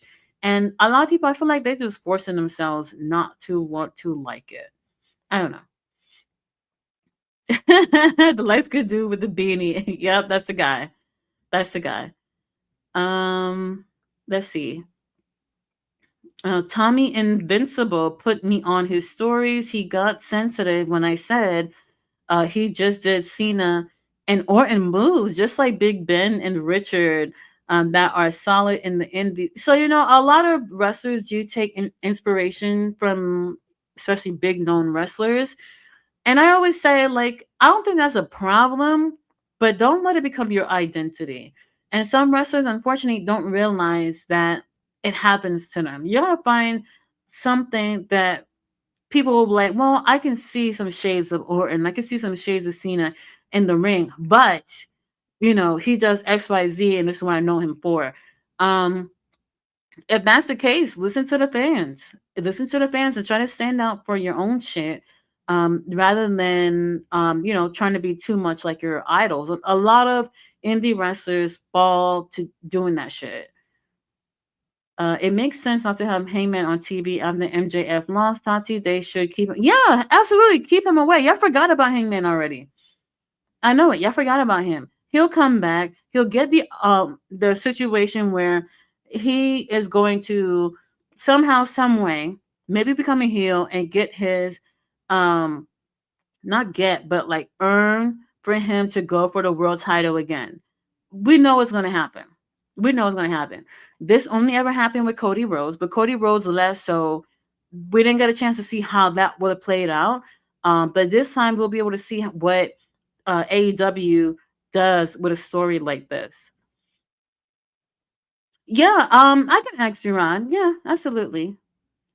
I like Tekla's entrance because it's old school. I love it, and I love her theme song too. Do do do do do. I am pissed that Ziggler chose TNA over AEW. You know what? I thought he was gonna do some shit in New Japan. I remember seeing him. It was him, his crusty ass brother. They made an appearance at New Japan. I forgot what show it was, but they didn't took it. They didn't take it seriously to spend some time in Japan and see where it goes. So I don't know what happened, but ultimately, maybe a week or two after that, he went to TNA. He went to TNA. It would have been cool to see him doing something in New Japan for a little bit, but he didn't have to go to AEW. NWA Wrestling is my favorite company. I haven't given them a chance, so I won't lie. And now I've seen some matches, and I've seen some of their older episodes, some of the older Power episodes, but I don't know what's going on currently. No. I won't slander Penta because he's my dude. His charisma, his love. Oh, and loved his Lucha Underground run. Yes, Penta is amazing. I love him. I really do. I love his personality. I always thought he was better than Ray, to be honest with you. I think he's a better wrestler and overall star than Ray Phoenix. Let's see. So I'm just disappointed. Was expecting big things from the Lucha Brothers over there, but oh no. Yep. I'm not surprised. I think this is why I kept telling you. I said, like, they're gonna be snatching up people just to have them. just to be spiteful and not necessarily have big plans for them. And that's what's been the big problem to me is I know y'all want to be petty. Okay, I get it. I know y'all want to be petty and sign people who used to be in AEW, but like when we're talking about Lucha Brothers, they are amazing talent. Like this is the type of talent any company would want to have. Whatever happened behind the scenes, I don't know about that, but they got them, and I don't think they took the best advantage of having a team like that on their roster. Unfortunately, do you think that they'll eventually sign London Lightning? Um, I don't know. I don't know. I've seen him. I can remember one time doing a squash match. I think it was, I think it might have been Collision, and that might have been the only time that he was over there. But like a contract doing something, I don't know. I don't know. But I do enjoy him over on Mystery Wrestling. He's cool there. Mox and Bruv rematch, please. Well, it makes sense. The title not on the line, they'll do it. If William can beat Moxley, why not challenge for the title? You beat him once, you'll probably think you could do it again. I wouldn't be surprised. The Good Brothers are also in the upcoming NWA Crockett Cup team tournament this Saturday. Oh, Saturday. I'm about to say it's already April 4th this Saturday. That's in Texas. Where is that? Let me look that up. I'm gonna look that up real quick and see if maybe I can go to that show. What you said it was Crockett Cup? Isn't that one of the shows where they had no, never mind. Never mind. That's something else. Yeah. That doesn't sound like that's too far away from me. I'll look that up. The old brothers you meet, you know what? Steve Macklin, I heard he left. I don't know if that's true, but I heard he left. So Steve Macklin will be in that match tomorrow night. One of the ones who could possibly win the interim Canadian Championship and possibly at some point, if he's still holding the title, go against Josh Alexander, and whoever wins will just be the champion. So that's a good opportunity for Steve. Is the main isn't what he's still over there? Okay, so he's in the main event in TNA. Well, they did have some TNA talent on the show. So they've had TNA talent on Maple Leaf in the past as well, too. So that doesn't surprise me. 19 likes, thank you, thank you. I appreciate that. If there's one fact in life is that MLP will always have the old brothers taking the W. Boring. Awesome stream as usual. Tati, we wrestling people. Yes, we are wrestling people. Roberto, you're late to the party. Hello. So, what to all? Why is every school party or festival bumping Bad Bunny like he's talented? People like him. To be honest with you, the songs are catchy. They're catchy. Anything that's catchy, people are gonna like it. I'm from the UK, so I'm safe from Bad Bunny or whatever his name is. Bad Bunny songs. No, Bad Bunny belongs to them elites now after the ritual. Triangle of Madness. Kenny. Oh, it was Kenny? Why I thought it was Hangman. Maybe that's not a match I was thinking. Death Triangle. There we go. That's the only good Death Triangle. I actually love Pac with the Lucha Brothers. They fit. I think that they seem like they wouldn't, but I like them together. The chemistry was great. Was really, really great. Yes, it was called Death Triangle with Pac and Lucha Brothers. I liked it. I liked it. I'm just thinking of mixed gender trios match now. That would be great. They've been testing this on Ring of Honor. Obviously, no titles involved or whatever, but they've been testing this on Ring of Honor for the past couple of months, and I think it's a great idea. I don't know about them incorporating titles for like mixed gender teams, whether it's trios or tag. I don't think they will do this, but it would be cool if they did. It really would be cool, especially if AEW, they always say that they're the alternative. If you guys are really different from everyone else, Give us something different. I think it would be cool to see like a mixed gender tag teams. Whatever it's tag or trios, I'm cool with it. I'm cool with it. Triangle of Madness, House of Black. Did they ever do that? The Death Triangle and House of Black. House of Black. Oh, there were so many missed opportunities with that. I really wanted that shit to pop off, and they just didn't do it. My God. But anyway, Buddy Matthews still, you know, resting with that injury. Brody King, I don't know what's going on with that, and then obviously Alistair, y'all know what's going on with that. Sacrifice has been all right, except one stupid result. Global Wars was good. Uprising tomorrow be a lot better. Well, it could be better tomorrow. We only know of like two matches so far. I think two matches they announced, which is Deanna and Giselle for the Canadian women's title, and then for the interim Canadian title for the men's. And I think that's it. I don't know if they have anything else for tomorrow night. Let's see. You mean Alistair Boring? He had the look and the character wasn't there. I don't know who to blame for that. Um, I think it was a little bit of both, but I never really felt like the company went all the way with it. You know, you got this group that's supposed to be dark, could have been supernatural almost, and they didn't go all the way with it. So I feel like if they were being creative with the characters, it could have worked out long term. But I think they didn't have no real plans. At least I don't think so. I don't think so. Sami Zayn versus Trick Williams for the U.S. title is why that title is dead in the water. In the water. Let's see. Oh, Sammy beat him tonight. Oh, Sammy versus Trick and Nanian title confirmed. Yeah, April is literally in a couple of days. It's right there, right there. This year it's gone by so quickly. We're already almost at April. This is crazy. But even the House of Black promos were like, "I'm going to kill you," and I'd be like, "Okay," and they look like they needed Prozac. Maybe okay. They okay. Brody, Buddy look intimidating. Alistair not as intimidating as the other two, but if you see him wrestle, maybe you'll find that part intimidating. I feel like they could have went the supernatural route with that group. I really do feel like they should have went that route with them, and they didn't. They didn't give us something different and unique. Hangman will force a world title shot once he turns heel. His no title shot for good is a handshake. Yeah, that's what's going to happen.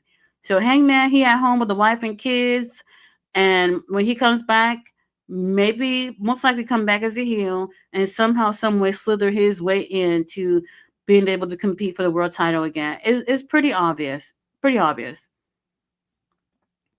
What made House of Black work was Brody King. He always found Alice. I've always found Alistair boring as fuck, and they don't have.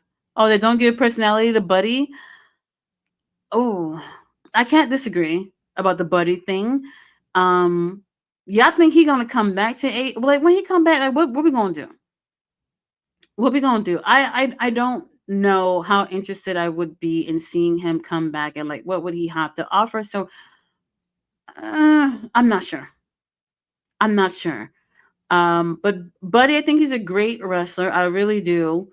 But where AEW is right now, where does he fit coming back? I don't think that wherever they are with Brody King right now, I would not recommend Buddy coming back and teaming up with Brody King. They can do is have Brody, not Brody, Buddy come back and feud with Okada. They could do that since his last match was with Okada. Um, Other than that, I have no clue. I have no clue what would be going on. Trick has a Mania match, 46K for a seat, guys. And Trick is on the card. Oh, you know what I saw? So apparently WWE is going to Italy and it was like, I think it was almost 12,000 US to sit on the floor. I think it was first row or second row, and somebody cooked pasta next to you. And I was like, what? What? We're talking about Italy, you guys. Why are you going to Europe and you're charging $12,000 to sit in the front row and some chef to come make something for you while you're sitting down? I don't want to be bothered. I'm watching my shit and somebody's cooking next to my shoulder. No way. $12,000 in Italy? Why do I mean that's a lot in US money, but like what the price would be, um and I don't know what they use in Italy, euros, I think. That's still insane, insanely high. People not gonna be able to afford to go to shows in Europe, which is insane. Like what the fuck is going on? He did win the global title, won AAA, Mega Championship, and TNA Championship in a year. Nick Nemeth. I mean, he did well, but I think this is what I always say: like wrestlers, when you leave a promotion, personally, I wouldn't rush. Being a free agent is better than it's ever been in a really long time in pro wrestling. So you getting bookings to wrestle all over the world is not a bad thing. It's not a bad thing. And then you can make your decision on, where you would like to be ultimately. He chose TNA, which is not a bad thing, but I thought he was going to do something in New Japan for a little bit, and I was hoping for that because there's quite a few matches that I would have loved to see him doing in New Japan. But New Japan and TNA, they don't do any shows together anymore at all, huh? Because if that's the case, then I guess that's not happening. Let's see, 46K for a ticket. Yeah, there's no way. There's no way. Was Riddle the latest to exit WWE and actually try New Japan? I didn't forget his no sell when he lost the TV. Oh, I didn't like him as TV champion. I didn't like him as TV champion at all. Apparently there was issues, not like issues, but like I guess the traveling and the cost of traveling and going from place to place or whatever, going to Japan was just a little too much. So he's found a home in MLW.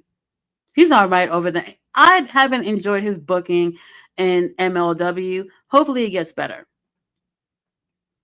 Buddy will have to get a new creative when he returns with some of the recent improvements. I have high hopes for Buddy. Um, I can't say that I have high hopes. I want the right moves for him. There's a lot of big key players in AEW.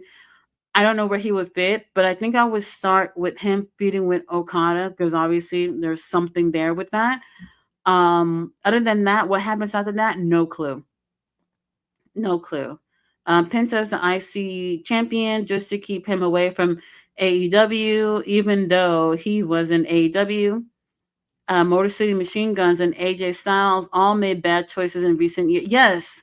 Yeah. Oh, hell yeah. I 100% agree. AJ, it's a yes and no for me. I feel like if he could have pulled out at some point, like let's say his first contract would have been like, I don't know, 3 years, 4 years, whatever, and after that not resigning and then moving on. That's what I would have did if I was AJ. Motor City Machine Guns, everybody kept saying, "Oh, they've been everywhere, they've done everything. They should go to WWE." That doesn't mean that it's going to work out for them because they haven't been there. Um, the tag division was shit by then when they came through the doors anyway. But um I thought it was a bad move. The second I saw them, I said, "Oh damn, it's not going to be good." And I don't think most people enjoyed that. Riddle went to MLW after his failed New Japan run. Well, that is true. That is true. Buddy ain't returning. Rhea doesn't let him. Dude has been cleared for ages, jumping on streams and shit. New Keith Lee. So I've also wondered if he is still injured. He did an update. What was it like? I know it was more than a month ago, saying that things wasn't looking too good with his injury or whatever. So I don't know what's true, but I would tell you that if I was married to Rhea Ripley, I wouldn't want to leave the house either. So, that's something else. But I don't know. Keith Lee, don't get me started on that because I don't know what's going on. I don't know what's going on. I saw Riddle making Cross bleed when Cross won the belt. We were watching. Yeah, we did watch that show, Fletcher. It was good. It was good. Finn Balor ain't winning the IC belt at Mania. Finn Balor is another one. Oh, I don't know how I feel about him right now. Right now, I look. We are full in AEW, but if he wasn't there in WWE, maybe things would be better for him right now. Maybe. Didn't know he was cleared. If he wants to see his wife get hugged by Triple H in his face, like Evil Will, then he's welcome. I wish him the best. TK flopped his booking. It could have been better. It could have been better, but I don't know if they'll let his contract run out and that he can leave. I don't know if that would be the case. Macklin's still in TNA. He resigned. I'm all good for Macklin. Going to win the interim Maple Leaf World Champion. Scott D'Amore doesn't scam partnerships. He just does it properly. I gotta look to see who is on there. I forgot whose names were on there. He's a great choice, but I might think they may go with someone who has been regularly on Maple Leaf is what I'm thinking they would go with, which is why I say Good Brothers would win because they're the regulars over there. I gotta look at who's in that match. Michael, thank you, I appreciate it. Do get injured during a entrance. Just wrestled a good match with Okada. I respect Buddy Matthews. 22 likes. Thank you. I appreciate it. The last time I saw Buddy Matthews, he got jobbed out by Darby. No, but no, the last one was him and Okada in Australia. That's the last match that they had. What that was for the Continental title, I think. I think it was for the Continental title. I'm not 100% sure, but the Australia show that was the last match for sure that he had. The picture AI ad of Unreal where Triple H is holding the women on the roster is hilarious. Oh, I haven't seen that. I respect Buddy too, but will Hunter respect his marriage vows? You know what? Men, they don't care. They don't care. If they see what they like, they don't care that you married.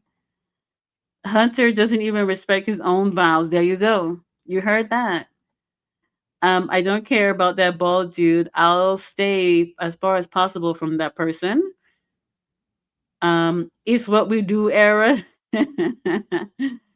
They're just on a righteous heel turn on the Hardys. What a waste of time building to this. You know what? The righteous, I've always liked them. I've always liked them. I do feel like Tony Khan dropped the ball on them. They dropped the ball on them. They were really cooking and Ring of Honor.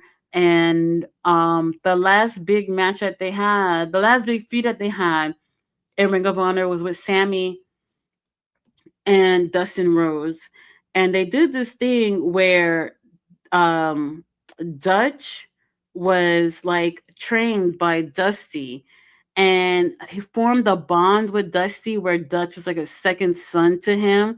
It was a good story. Maybe I'm not doing justice talking about it, but the emotions were there and I liked it so much. And I was just like, fuck it. The righteous, they fucking won me over. Get them the title. They did I forgot what it was specifically. Some type of hardcore Texas something match.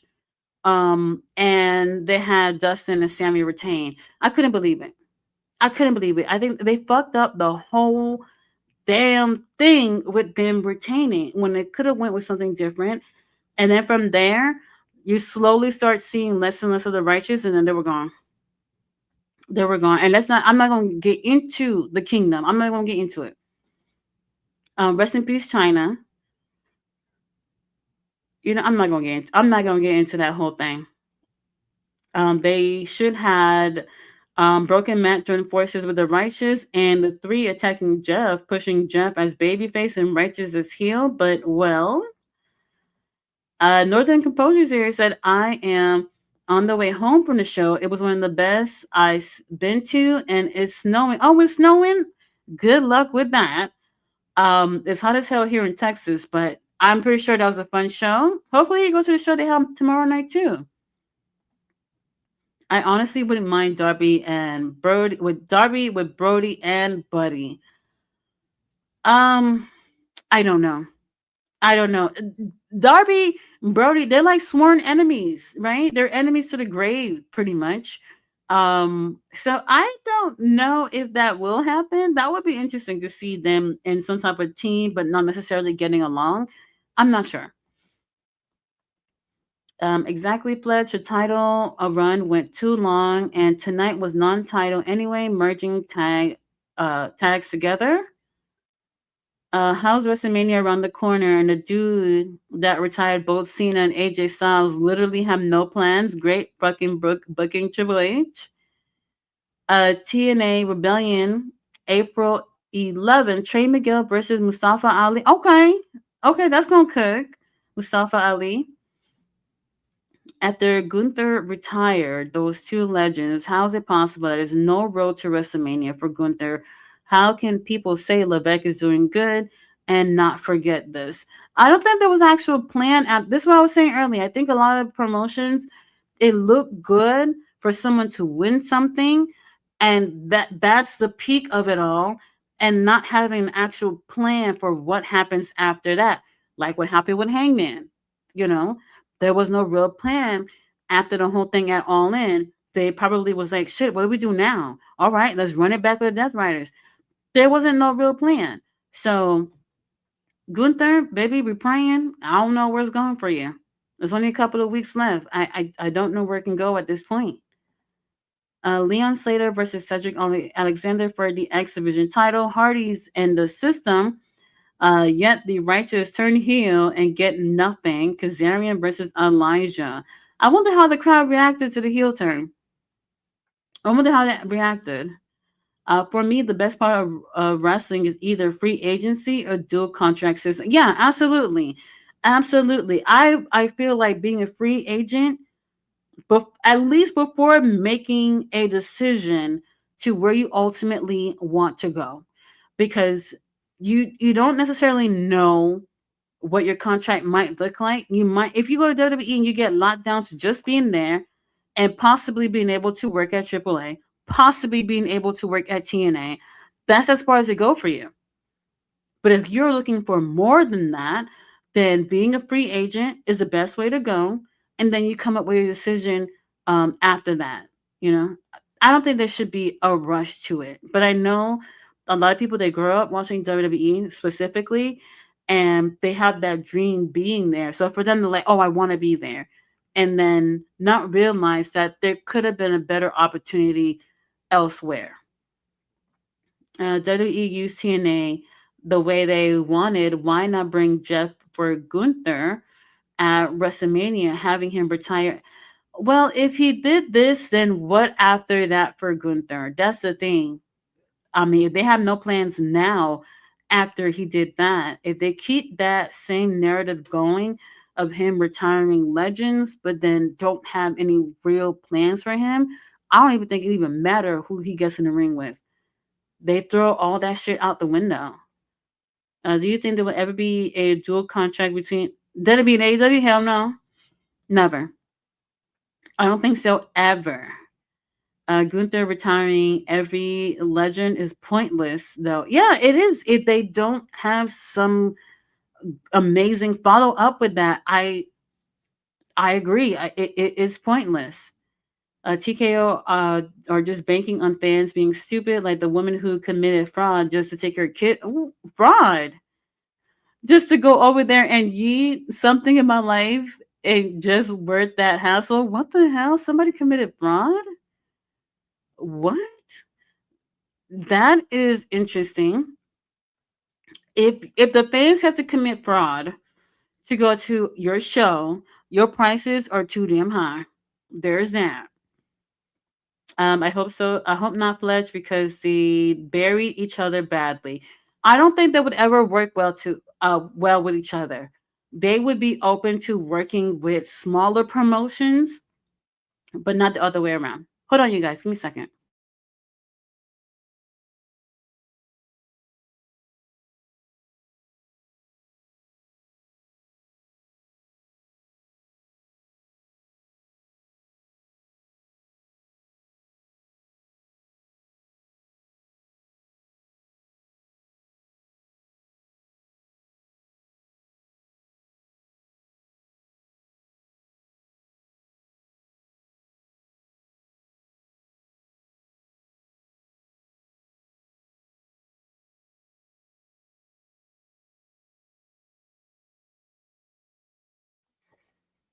All right, it's pointless, but that Gunther gimmick now, he's a career killer for yeah, but what's the reason? What's the reason if there's no plans to follow up with that? So, I mean, they probably just don't know what to do at this point. So, it, look, it's unfortunate. Gunther is definitely one of my favorite wrestlers, and it's just one of those situations where they made a decision and didn't have a plan on where they wanted to go. It's really unfortunate.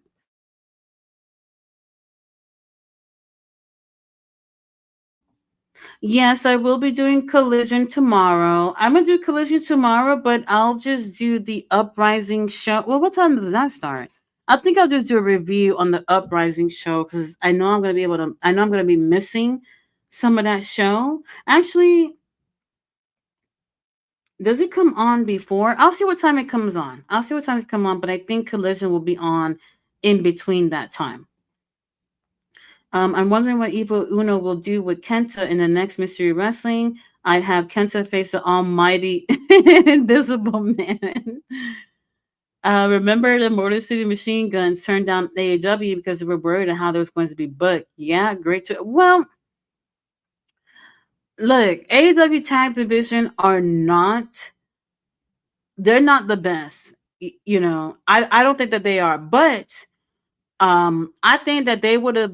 I think they would have done right by them if they had them, Young Bucks, FTR, in the same company at the same time. They would have been good. They would have been good long term. Buddy can cook in a Continental Classic. Um, that's a good choice. That's a good choice. TK wanted Motor City Machine Gun versus Young Bucks. That would have been okay. That would have been okay. FTR is over there. Um, what other teams over there? Penta and Ray Fenix left by then, I think. This is like you're saying, like I just want them to do more with the whole tag division. I don't always want it to just come down to FTR and Young Bucks doing something. We need to be focusing on some other teams there too. Let's see, or put Motor City Machine Guns with CM Punk and bring bring back Straight Edge Society. I doubt that. I wanted Motor City Machine Guns and AEW and New Japan. Oh yes, New Japan. They got some tag titles over there, and at times I do feel like they can have more teams within those title scenes. So that would have been great. That would have been great. Before going to WWE, Lucha Brothers, the same Kenny Omega recent comments about AEW partnership with New Japan and CMLL is bang on. CMLL and AEW partnership has been better to me than the New Japan partnership right now. So that's another thing too. President Tanahashi, we got a lot of work to do. We got a lot of work to do, but we got William coming on to the next big show. So at least they got that. At least we'll see William again in New Japan. There's an easy entrance for Buddy pop up in Ring of Honor attacking Bandito, stealing his tag partner and dethrone Meet Dito. Nick Nemeth versus MJF. Steve Macklin stealing Josh Belt. Are we about to get AEW versus TNA collab again? I've heard a 60-day clause between TNA WWE. Oh, I haven't. Okay, I did not know. If TNA collared with AEW, I'm gonna need Leon Slater and Os versus Osprey. Definitely Leon versus Kevin Knight. Kevin Knight. That's a good. That's a good option. TNA won't collab with AEW again. WWE won't allow.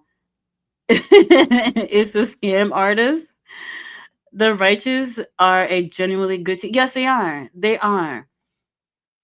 I'll never forget TK. Oh my God, burying the Righteous for yeah. I didn't like that.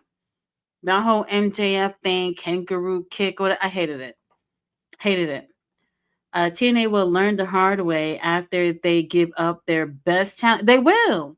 They will. It's a matter of time, y'all. It's a matter of time. I'm giving it like another year and a half. Another year and a half.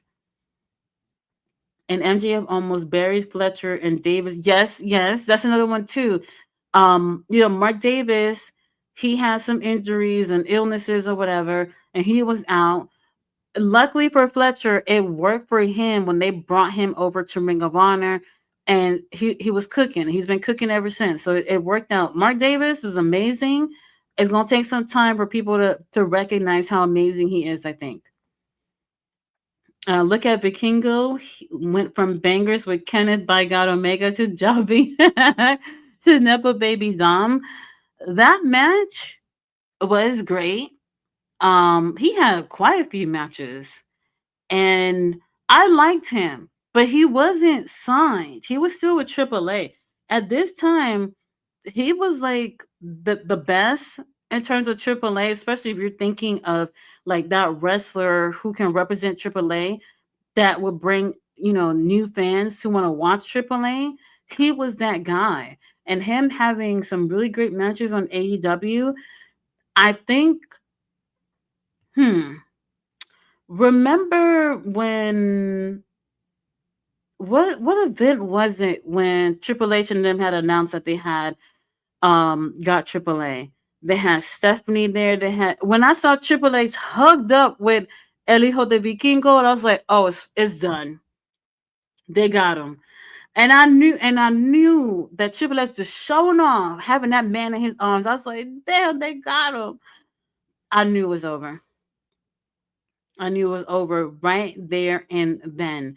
Um, this is why I keep telling people, don't for one second believe. If it's not Triple H that's watching AEW, he got some goons sitting down in front of TV watching Dynamite, Collision, the pay-per-views, whatever, and reporting. They know who are wrestling at AEW without being contracted with them. This is why I was saying, like when the WWE ID program rolled about, they had a lot of people. A lot of those people that y'all see in the WWE ID program were people that had. Some of them even had regular spots on Ring of Honor, but not necessarily signed to them. And then at this point, they knew who to snatch in. When they got Jack Cartwheel, I knew it. I was like, damn, they got him. I've been telling Tony Khan, do something with that man. Do something with Jack. And they put him in that program. And want to know the thing? So this is one thing that they had announced with the WWE program, the WWE ID program, was that whoever was on there could still work where they wanted to work, but they're under the WWE ID brand. But they knew that that wasn't going to happen with any of those wrestlers still being able to work at AEW. So they were basically saying, yeah, they can work anywhere else but AEW without saying it, because they know that AEW was not going to work with anybody that was under the WWE ID program. They knew what they were doing. They knew what they were doing. They knew it. Vikingo will never be the same. Bakir and Julia, I've been saying it. I've been saying it. When they had that whole farewell press conference thing for Julia, I said, Julia, maybe it's not too late. I was like, Julia, maybe it's not too late, and just stay over there or go somewhere else. And yeah, yep, it hasn't been good. It hasn't been good for her at all. And I do want to say this is not just a WWE thing. I do feel like a lot of wrestlers, they go from one company to another and they lose that thing that made them special. You know what I mean? And when the other promotion just can't capture that essence of what makes them special characters, they fuck it up. So Julia, girl, I don't know. I don't know how many coffin matches happened between Brody. Honestly, I'm not sure, but they've had several matches. They've been beefing for a long time. They're always coming at each other on social media. So I feel like this is like an ongoing thing. But if they were like in a group, just to be in a group but still wasn't seeing eye to eye, that could be fun. I trust in Ali. Mustafa Ali is tremendous. Yes, he is. He is.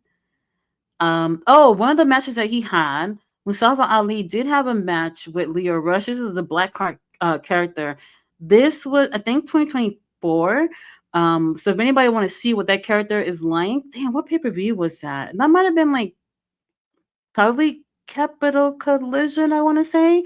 If you really want to see what that character is like, so it's a great character for Leo Rush, I think. Yes, Ali is phenomenal.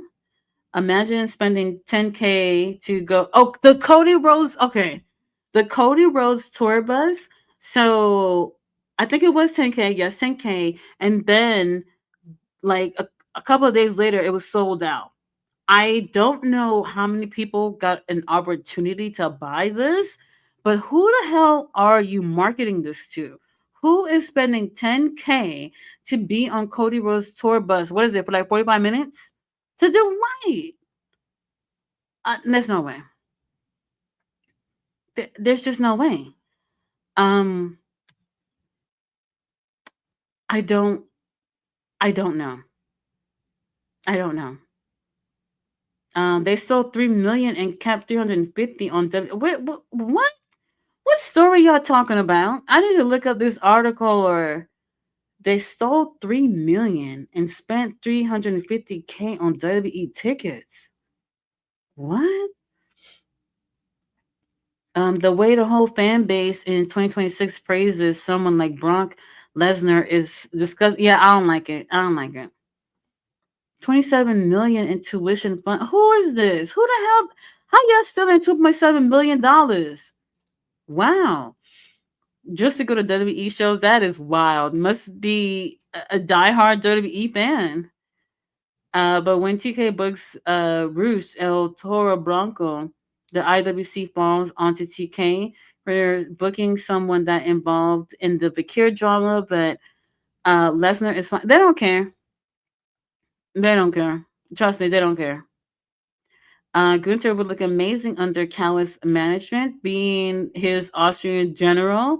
Callis loved him, international talent. Gunther versus Takeshita. Oh, don't get me excited. I would like that. Rascals, they were on Ring of Honor last night. On Ring of Honor. Drew McIntyre versus Jacob Fatu and Mania confirmed unsanctioned match. All right, that's the best they can do. The Rascals are definitely low down collision.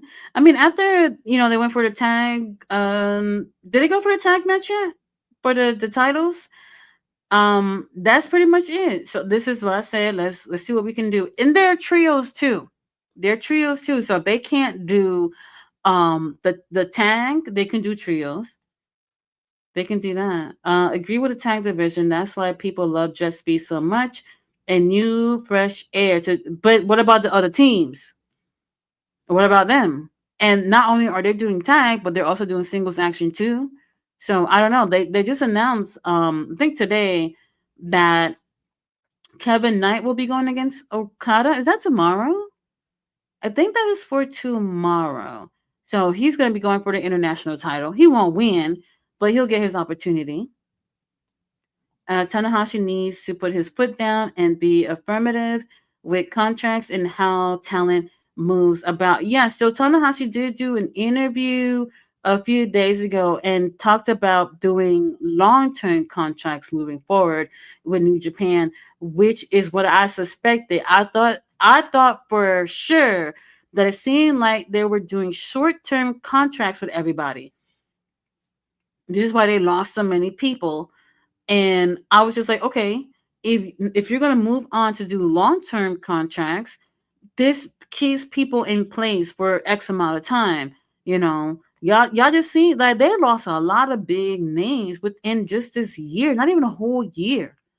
Jeff Cobb left, Naito, Bushi, Hiromu, the Gabe Kid, and David Finley. Gabe Kid, I'm not 100% because Gabe Kid last promo on New Japan, he said that he had unfinished business to do in AEW and that he misses mama. That's what he said, and that he'll be back. And then what's his name? David Finley didn't say anything in his last match. He got on the microphone and basically said "fuck you" to everybody and left.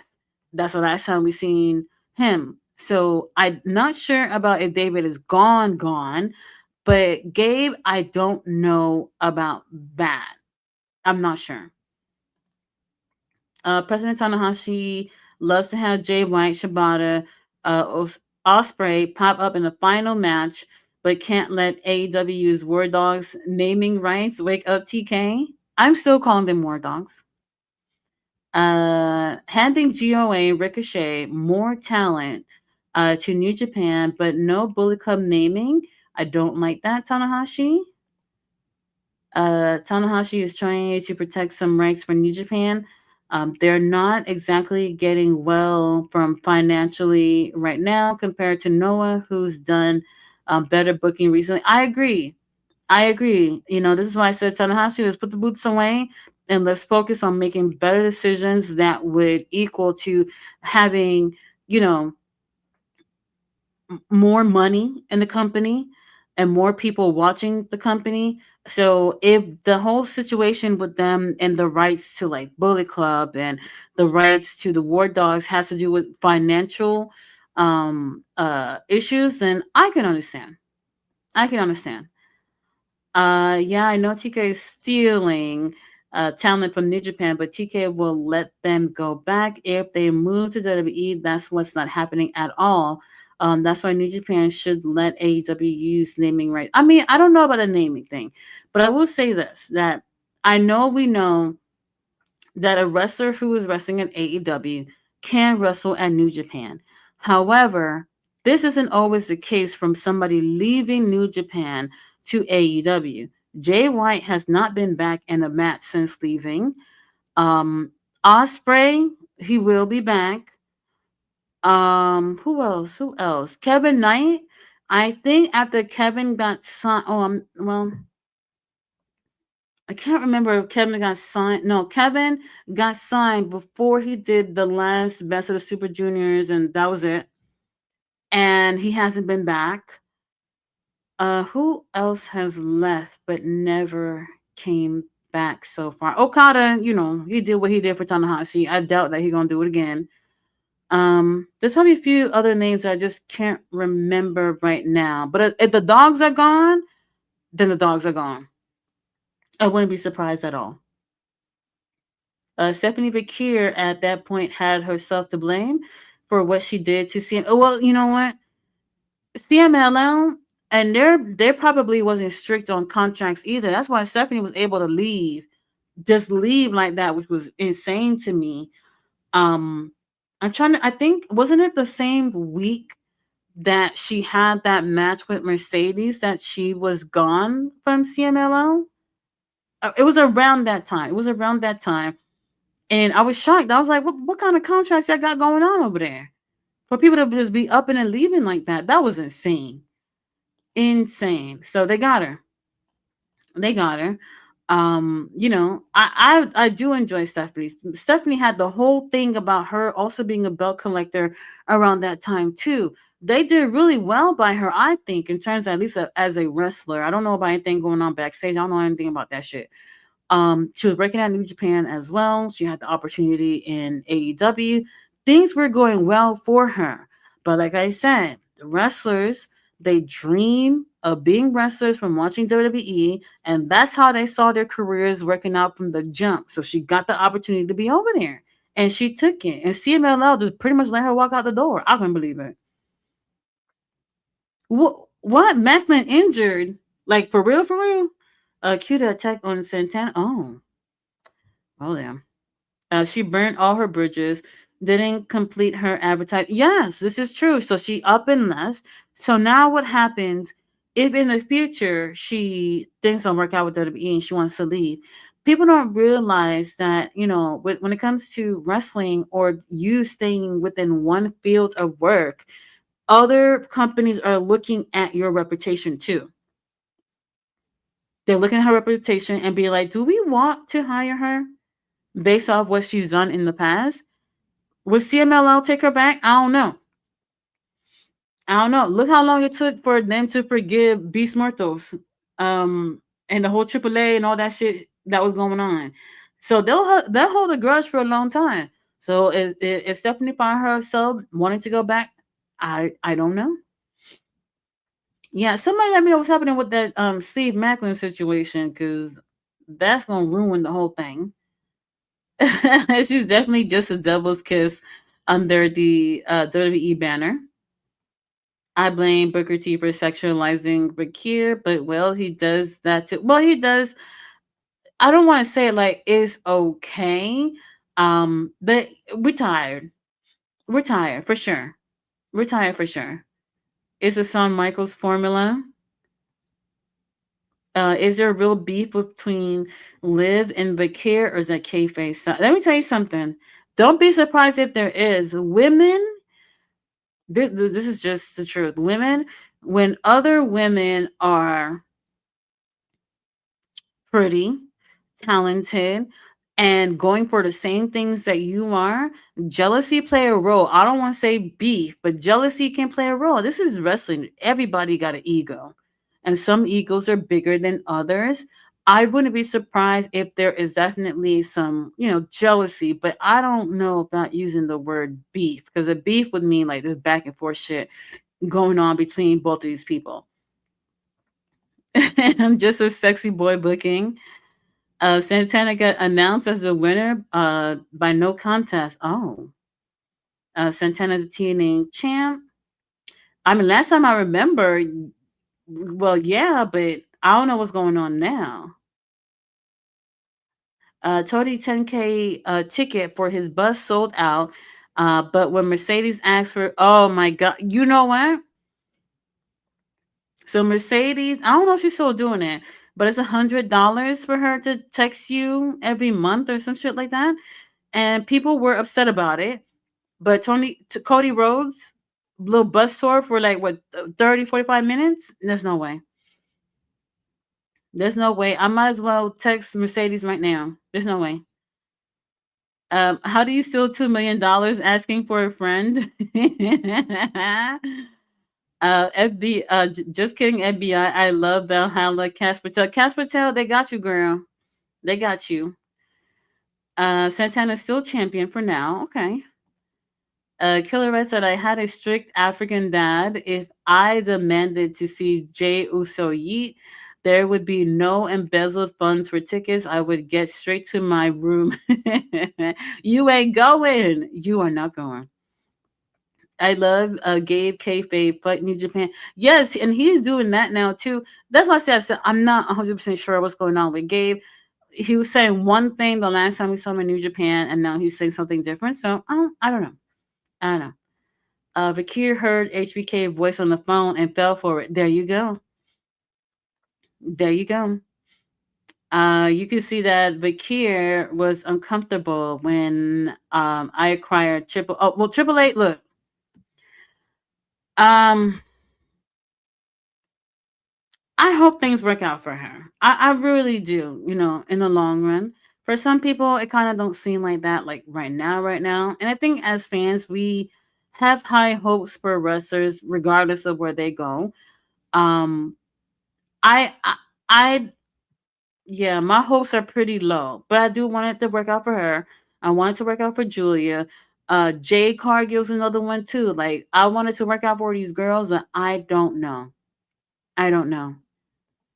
When WWE releases Bakir Julia, Julia will be AEW Stardom dual contract. I wouldn't be surprised about Julia. Stephanie, I don't know about that. That one I don't know. Julian, I wouldn't be surprised about that. I mean, if they really wanted to, they could. look for another girl that's on Stardom right now and do that with one of them, and not have to wait till Julia get to that point, because I feel like she will. They could do that right now, but I don't know. I don't know. Yes, when WWE acquired AAA, there we go, AAA. I just pray Bakir doesn't end up the next Dirty Dom girlfriend. Hopefully not. Hopefully not. They're really trying to push Julia, but it ain't working. Kiana James is taking her shine. Casual fans just don't care about Stardom like that. They are good with with Io Sky. Holy shit. Well, damn. Well, damn. Um, I mean, Kiana is she's great too. Julia, maybe it's just not translating the way that they, when you have an idea in your head and then executing it is two different things. Don't plan out how you visualize that they would. I don't think that WWE is going to be quick to just want to let her go. They'll probably try to figure it out, but ultimately, I can see her leaving. I can see her leaving. I actually would hope that she would. I wish Chelsea would move to AEW, since we can see how much you can grow in AEW when you're entertaining. Cough, timeless Tony Storm. Cough. They treat her like a joke in WWE, and I don't appreciate that. That's one of the reasons why I thought that she would never get signed with WWE. When they did sign her, I thought she was doing the Royal Rumble as like a one-time appearance thing, and I was shocked to see her again. I mean, she's still there until this day, but I've never really felt like this is the place for her. And now that Matt Cardona pretty much lay on his back and say, "Yes, Daddy, Triple H," what's going to change about that? What's going to change about that? If it's good enough for them, it's good enough for me. I can't want it more than them. Chelsea Green would be easily top 5 women wrestler in WWE. She's good at that. Tekla Julia reunion. I need this. Yes, reunion. You know why Julia push isn't working? Not sexualized enough for that. Oh,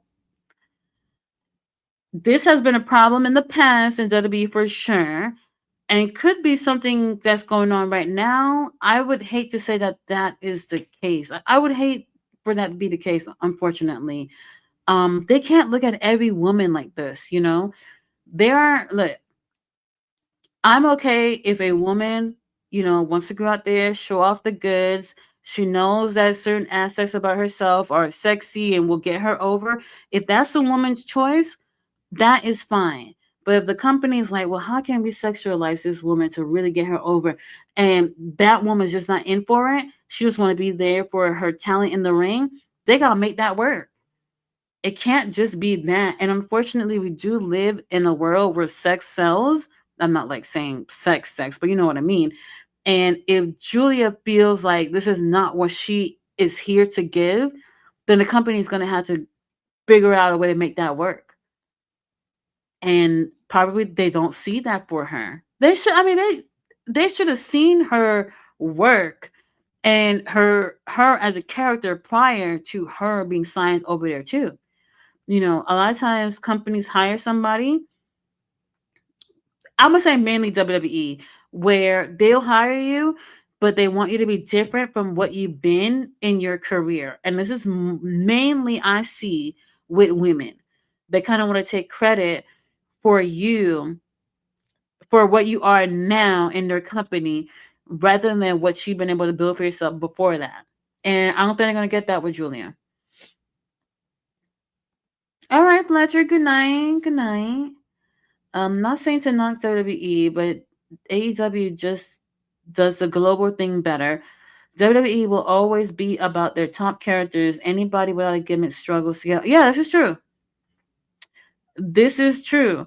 But why can't a really great professional wrestler be able to make their way up there and not have to give like a specific um whatever the hell they're trying to do with Julian, or how they see that they want to move with her? If that's not working, Try something else. Or like Montez Ford, that poor man, you know, there's a lot of great talent there. And unfortunately, they are stuck with recycling the same people and also bringing back, like, older talent or whatever. And we're tired of that. You got a lot of people on the roster that can be moving up that people actually do enjoy and care about, but they want to stick to the same people. And real talk, AEW did the same thing too. So I'm not gonna sit here and point fingers all at WWE, because this is the one thing that's killing me about AEW right now too, is that I wish that it felt a little bit more somewhat easier for people to move up on AEW. I feel like one of the main comments I get a lot on my videos are, "Oh, I haven't watched AEW in a while, and it's still so and so on top. It's still so and so, losing." And it is true. It's a lot of the same thing. Like, people are still in the same place on the roster. And it seems like it's hard to move around, going from mid card to the top, or going from like at the bottom and going at least to the main card. You know, I hear all the time, what? FTR got the tag titles? What? The Young Bucks got the tag titles? Where are the other teams? Same things I hear over and over again. And people want to see other things. Um, I get it that the company, not just AEW, but all companies, they have their top people. They want to rely on these people, but it's hard for other people to move up. And then when you hear so and so left the company, it's because when you had them, you didn't take the initiative to do more with them. And this is just the case. Same thing happens in, WWE, TNA, New Japan. A lot of times these companies don't realize, I signed all these damn people. What am I do with them now? Look at Josh Alexander. When y'all finally decided to use Josh, he's injured now. Y'all finally remember this guy was over there. Now he's injured and he's going to have surgery in a couple of days. So what are we doing? Just giving money away? It's crazy. Maya World would get over ASAP instead of Julia in WWE, and that's sad. Nothing against Maya. I love her, but you know what I mean. Well, yeah. So if they have a specific look that they like, and it's not just the look though. Unfortunately for them, they have a specific look that they're looking for. Sure, but Julia's not going to cater to that. So you got an amazing wrestler on your roster and use her based off her skills. People should just like her just for that. AEW fans want more promotions generally. WWE fans are just one bubble. Yes, this is true. At least from what I've seen. The path to progression is really important. Absolutely. This is what I said about Darby Allin. The other day when everybody was like, girl, what are you talking about? Darby Allin has not progressed in the past few years in AEW. He really hasn't. So Darby Allin putting his name into the whole world title scene, not that it's a bad thing, but like I feel like he really has to work with it. Yeah, you one of the fan favorites, but what have you been doing? He hasn't really progressed and done anything in the past few years. He just does the same thing, and that's literally it. So he has a lot of work to do. A lot of work to do. It's hard to appreciate good wrestling when you've grown up on the Undertaker squashing people for decades. Ooh, y'all killing me with this Undertaker comment. Um, as a kid, I watched NWA, WCW, and smaller indies. So watching other promotions, yeah, it doesn't bother me at all. But that's the thing, because I so like when I was saying earlier that I do reach out to other girls to join me on live streams, and how I find other girls is I see them say, I'm a wrestling fan, like on their bio or whatever. And then I hit them up and I find out by what they mean is I am a WWE fan. So I'm like, oh, I saw you say you was a wrestling fan. I watched such and such. Do you watch this too? Oh no, I only watch WWE. Well, there you go. There you go. To me, I don't call that a wrestling fan. I call that a WWE fan because that's very specific because you only watch one promotion. So if you say you're a wrestling fan, I'm going to assume you watch a lot of wrestling. Not everything, but you watch a lot. But it's interesting. It's interesting.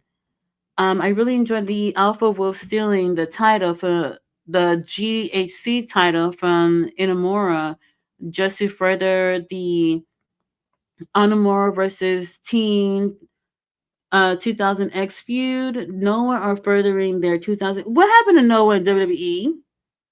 They haven't done anything since Homeboy had to drop the title. Omos, that's very interesting because it seemed like they were going to be doing something with them. Did they have William Regal's son go over there too, didn't they? Or at least they announced that he was going to be over there one time. And I have no clue. That's very interesting. Spot on killer. I like watching a variety. It's important to me to see new people and new forms of wrestling instead of just hooked on look camera. Yeah, I agree. You absolutely are welcome to join our wrestling podcast anytime. We have a women's podcast. Oh, send me your channel information. I'll take a look at that. Bang on Tati. One promotion isn't wrestling fan. You're just a company insert name fan. Absolutely.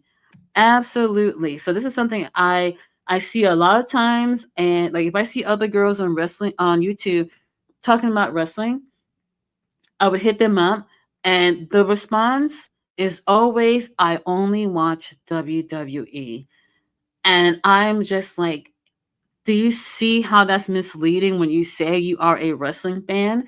That's not the same. That is just not the same. So I don't know.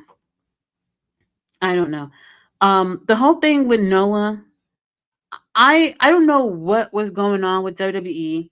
They had Omos there. They liked him there. What was it that they brought him back? Was it for Royal Rumble? I think it was for Royal Rumble that they brought him back, but for nothing because it wasn't gonna do anything with him anyway, long term. So if you know you're not gonna be using certain talent and you happen to have brought him on a another promotion, they have a lot of people that's not doing anything. Why not go with that? Why not go with that? So, people like Omas, they're gonna be getting a check, and if that, like I said, it was good enough for them, it's good enough for me. Weekly still chaired the women's podcast. It's called Lipsticks and Lariats for the ladies by the ladies. Oh, as a channel owner, I'm glad to see ladies doing their thing, and I can sit back. Yeah, absolutely. I always encourage women, even if it is just WWE that you want to talk about, go ahead and just talk about that. It's really, really cool to see women talk about sports, period. I don't watch any other sports outside of wrestling, but like we always see in sports, like podcasts and everything, that it's very male dominated. Omos came back for the Rumble, then disappeared. The WWE machine doesn't like Omos getting over, and no one. It's crazy. It's crazy. They saw him go somewhere else, being treated better, being received better by the fans, and for them, they're just like, oh no, we didn't send him over there for that, and took him right back. And what have you done with him since? I don't know what he's gonna get out of a career in WWE, specifically him and a few other people too. I have no clue. No clue. And it's very unfortunate. But, if they want to stay there and that's why you want to make your money and spend your career, whatever, because I know they make money and it's a flex to say, well, I'm at WWE, I'm a WWE superstar. But then when somebody said, well, when's your next match? What's your best match? And you got nothing to say? Sorry. Sorry. All right, you guys, we have made it to the end of the chat. I will be posting a review on this show shortly. Tomorrow, I will be doing Collision live stream, but then I'll do a review on Uprising after the show. And is that it? I thought there was something coming on Sunday. Is there something coming on Sunday? Actually, no, never mind. I don't think there is anything I'm covering on Sunday. Just some money, but the actual talent appreciation is so slim. Absolutely. Thank you, thank you. I do appreciate it. I appreciate you guys rocking with me. I will be back tomorrow night with very cute GM, and we'll be covering AW Collision. See you guys then. Good night.